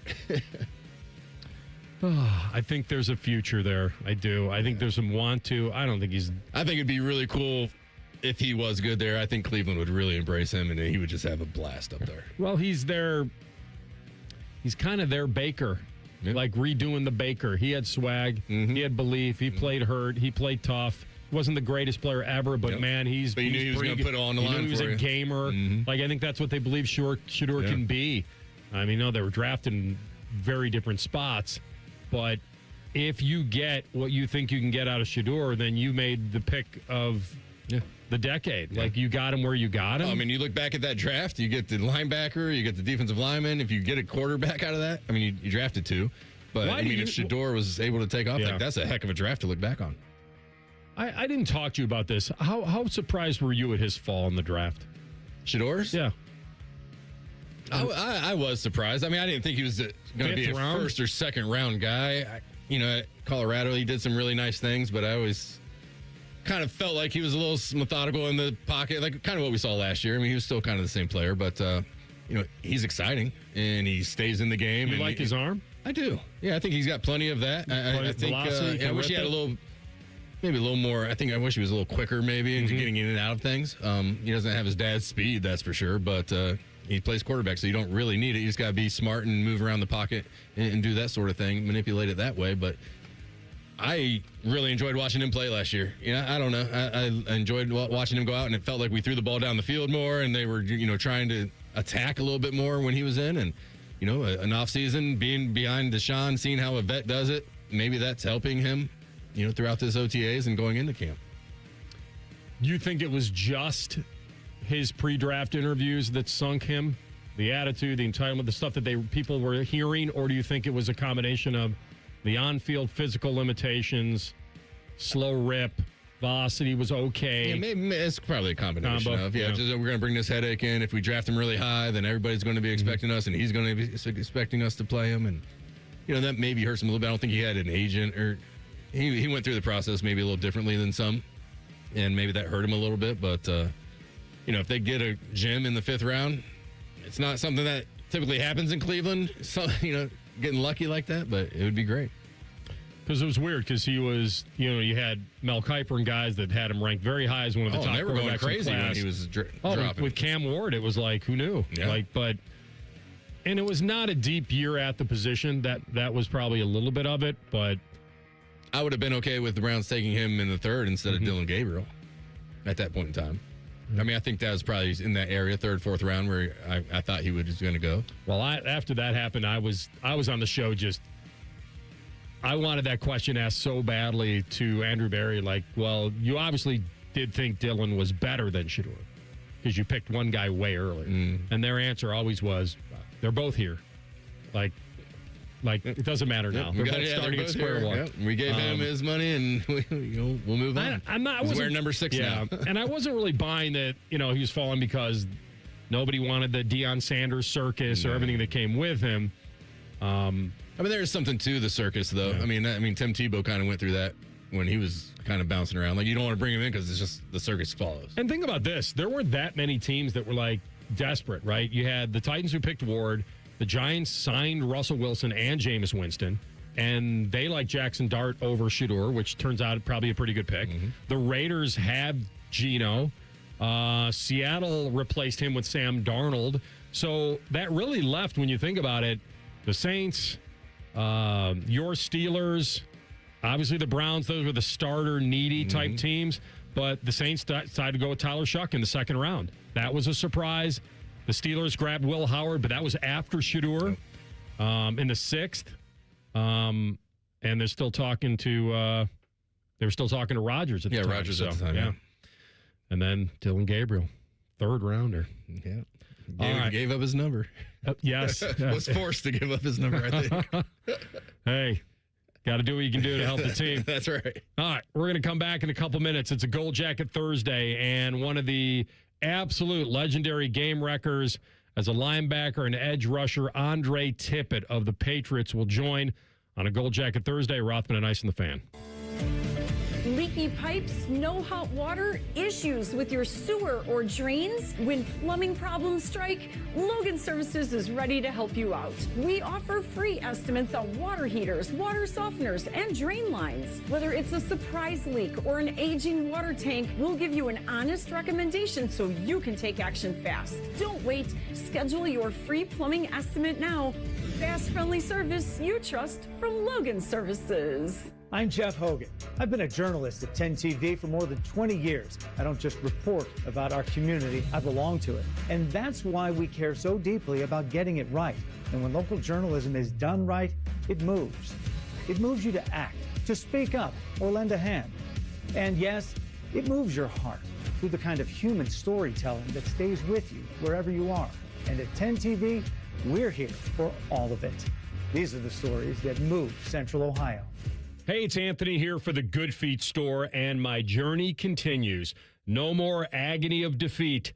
Already this season, I've walked 18 holes twice and lived to tell the story. My personally fit arch supports go where I go, and in this case, right into my shoes, all of them. I just pop them in any pair and off I go. Just having that support and the stability has made a world of difference for me. A while back, I walked into the Good Feet store and walked out with an entirely new outlook. And I knew it right away. After taking the test walk around the store, I felt the difference. And not just that cushy feeling. I'm talking about real support, the kind that makes you feel aligned. For more than 30 years, the Good Feet store has helped thousands of people discover the comfort they've been dreaming of.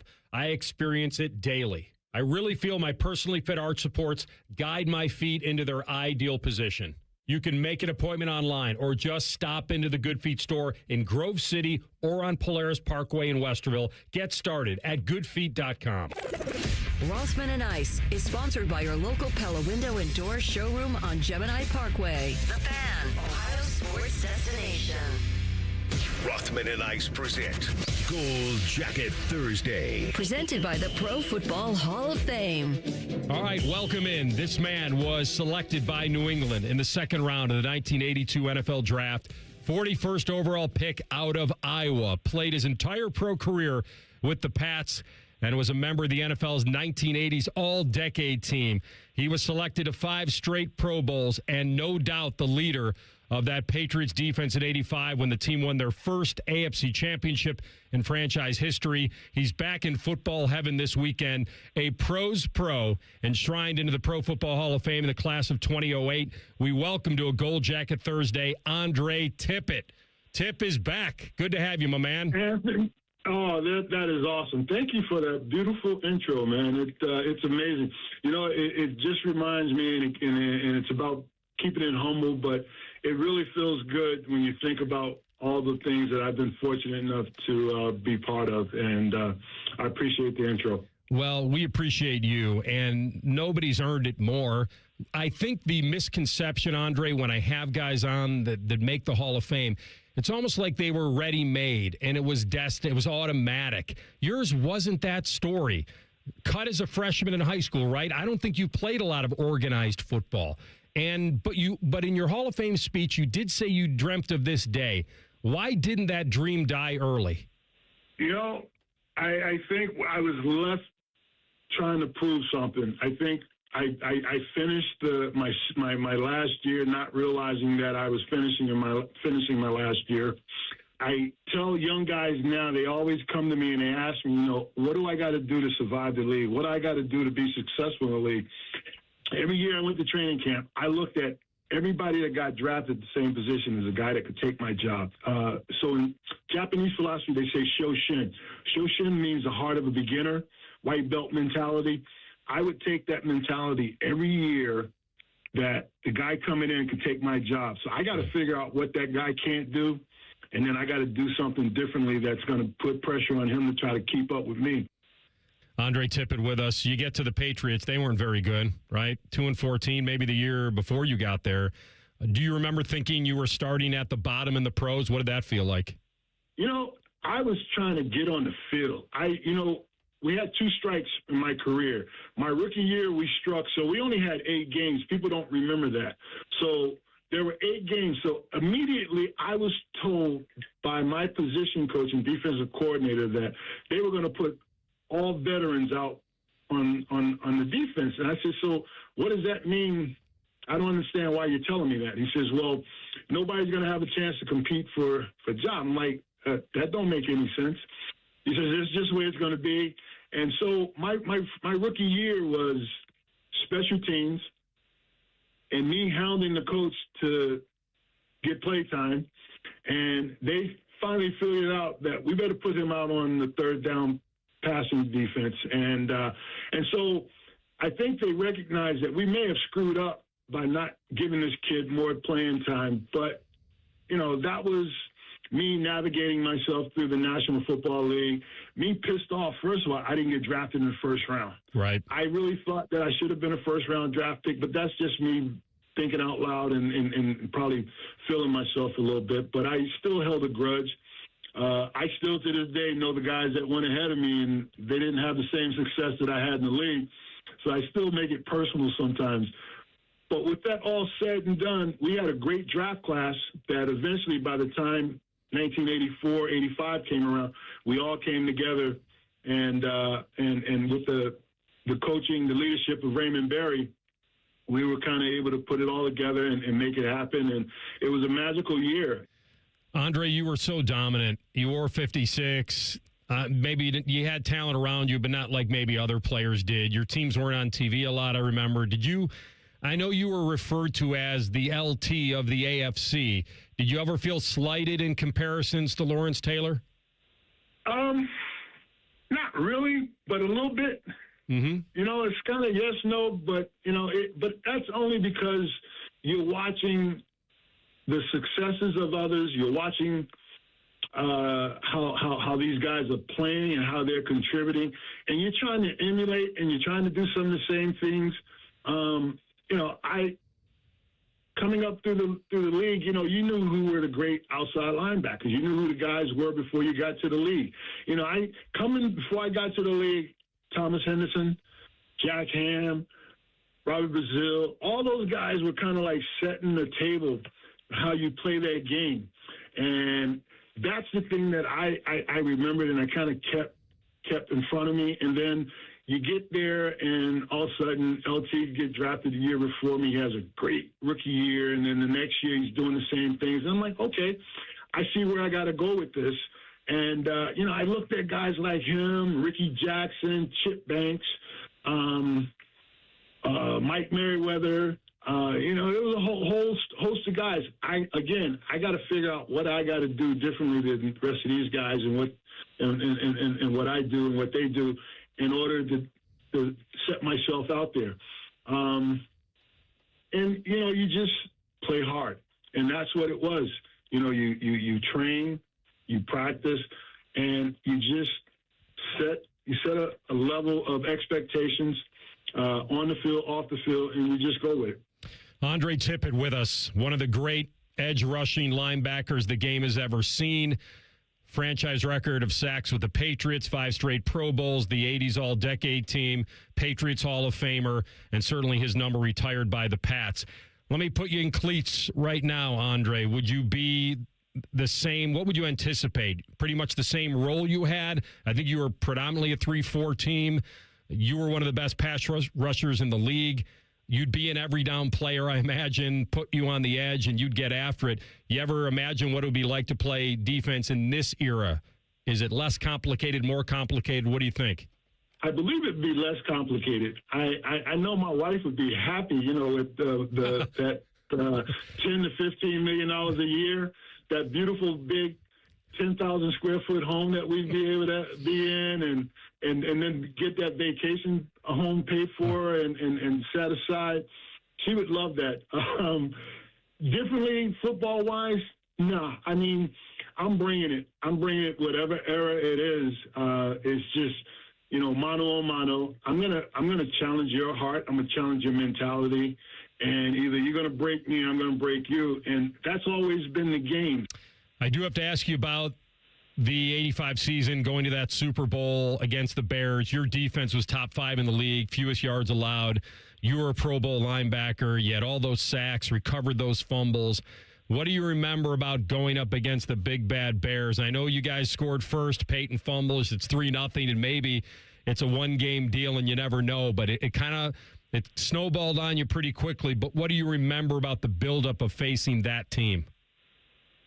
Well, people forget we played them early in the year. We played them like second, third game of the year out in Chicago. Totally different football team. Nothing like what they started to become. So we know playing them the second, third game of the year. I believe we lost that game. I believe 21-14, 21-7. Mm-hmm. But it was more closer than what people remember. And so we don't think much of it. They're playing, we're playing. NFC champions, AFC champions. We're getting ready to play these guys, and it's like, yeah, they're people. They're just people. I mean, who are they? Little we know, watching them, it's like these guys are freaking animals out there. I don't think anybody in the world would have been able to beat those. We could have put an all-star team based on the National Football League, great players, and probably not been able to beat these guys because they were playing at a phenomenal level.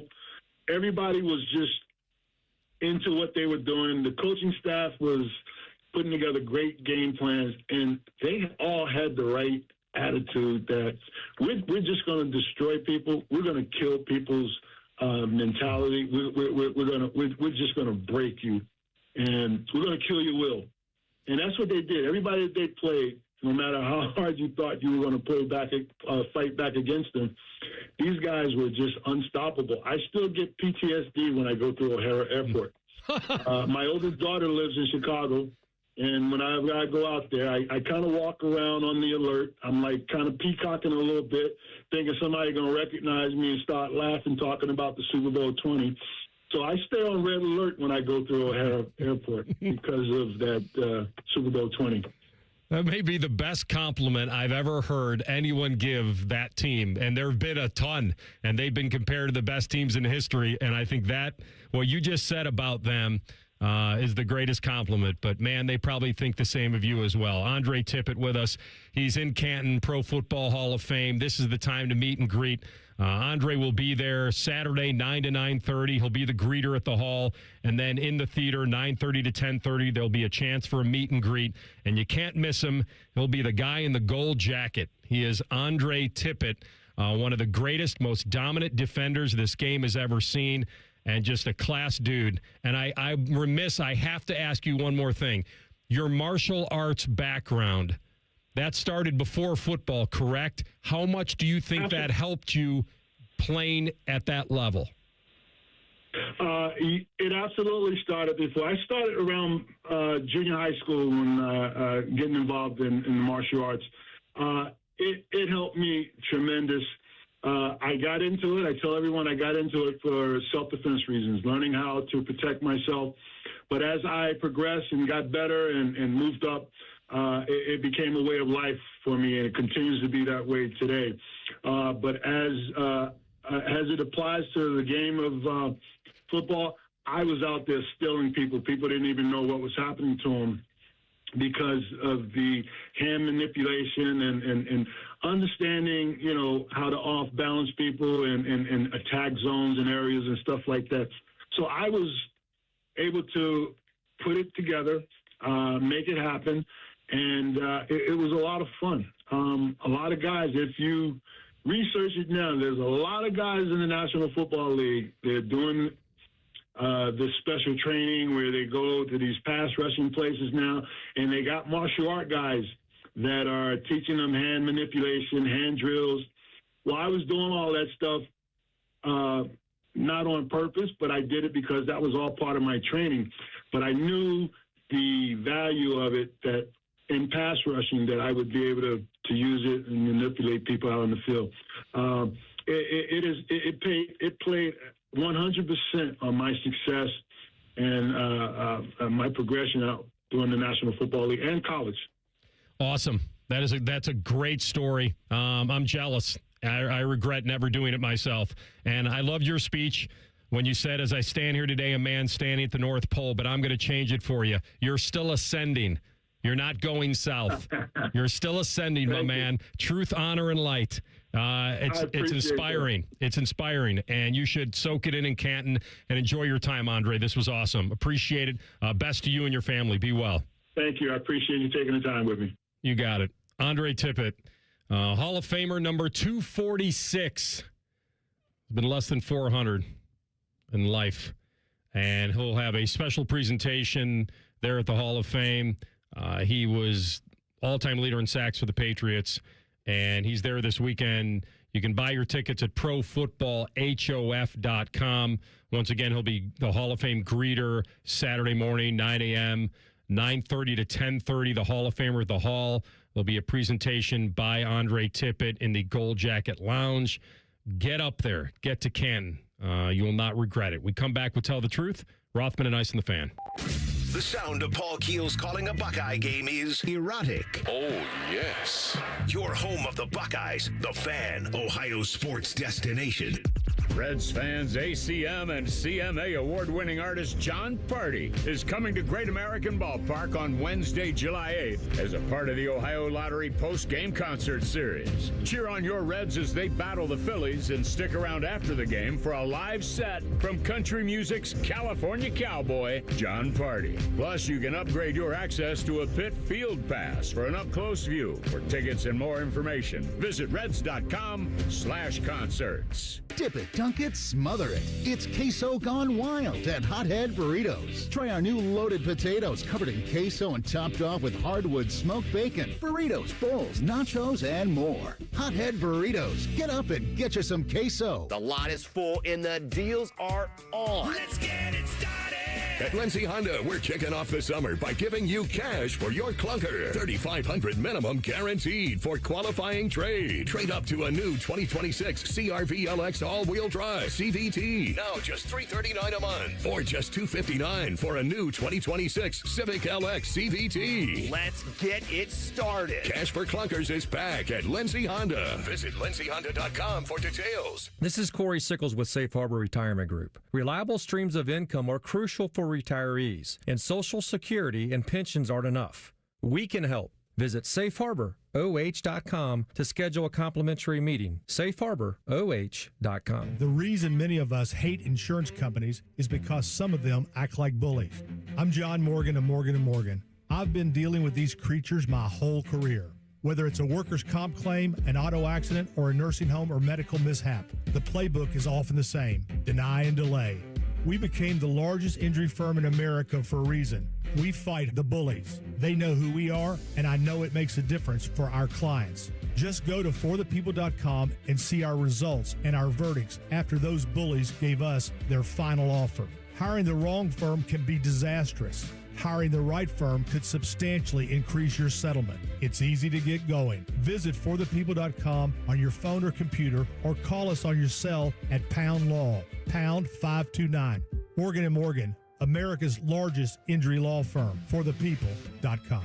Morgan & Morgan, Ohio office located at 600 Vine Street, Cincinnati. Prior results do not guarantee a similar outcome. Common Man here. Join me June 20th for the Common Man Mile at this year's Fan 5K in Westerville. Get signed up at 971therace.com. The 97.1 The Fan 5K is presented by Ohio State Wexner Medical Center, and the Common Man Mile is sponsored by Rose Pest Solutions. Rose Pest Solutions has been protecting Columbus homes and businesses for over 165 years. Got a pest problem? Rose is the solution. Call 800-966-ROSE or visit rosepestsolutions.com. Getting a little older doesn't have to mean, well, getting older. This is Jeff for Tri-State Men's Health. And if you're feeling low energy, can't sleep, can't lose weight, are struggling with brain fog, or your sex drive is off, it's time to change it up. At Tri-State Men's Health, our advanced medical strategies featuring TRT, GH peptides, NAD+, GLP-1s, and more treat low T and other hormonal issues to help you shed pounds, have more energy, enhance your body composition, improve sleep, increase your sex drive, and so much more, getting you back in the game again. So don't be older. Be stronger in the gym. Be sharper at work. Be better in the bedroom, and be more confident in every part of your life. So call us today and find out how our advanced treatment strategies could change the game for you. Your first visit is just $99 and includes blood work and a medical consult. And if you start on one of our advanced treatment plans on the day of your appointment, your visit is free. Call 800-900-9654 or go to tristatemenshealth.com. Future therapies are compounded and have not been evaluated nor approved by the FDA. Provider prescription required. See website for details. Think you know Buckeye football? These two say, hold my beer. The Beat with Austin and Byrne. Sponsored by the Waterworks. Daily on the Fan's YouTube and wherever you get your podcasts. Your home of the Buckeyes, The Fan. The Fan Poll is sponsored by JT's Pizza and Pub, home of award-winning pizza and $2 tall boys. All day, every day. Tell the Truth with Rothman and Ice. Sponsored by McDaniel GM Superstore. Driving excellence since 1916. Chevrolet. Together, let's drive. All right, TLC. Take us home, my man. You got it. So there's somebody who's kind of breaking the internet right now. He goes by @FreddyLA7 on Twitter. He's from Germany. He's here for the World Cup. Heard about this guy. Yeah, this is awesome. And he's basically going through the American experience, traveling through the South, making various stops at some noted cities. He went to the friendly match between Argentina and I forget who they played. I have no idea who they played. But it was at Auburn's Jordan Hare Stadium. And so he's going through this experience. And Americans are picking up on it and kind of following him now on tour, seeing America through his eyes and through every little thing. So, like, his tweet about, I can't believe this is a gas station, and it's a picture of Buc-ee's. That got like 14,000 retweets. So he's never been to the States, and he's just wandering around. Yeah. Yes. I think his first one was like, just had Waffle House. Yes. He was great service, great House. Everything. 10 out of 10. I'll be back. He was tweeting about Freddy's. So just Buc-ee's was a big one, right? The stadium. Yeah. He said, I've been in a lot of stadiums. This is the craziest stadium I've ever seen. He's losing his mind over Fairhope, Alabama. Like, just stuff like that. So, if a foreigner came to you, first time in America, and forget the geography about, you don't have to worry about it being close to Columbus, Ohio, but if you were taking a foreigner on tour of American sports, what would be the first thing that you take them to?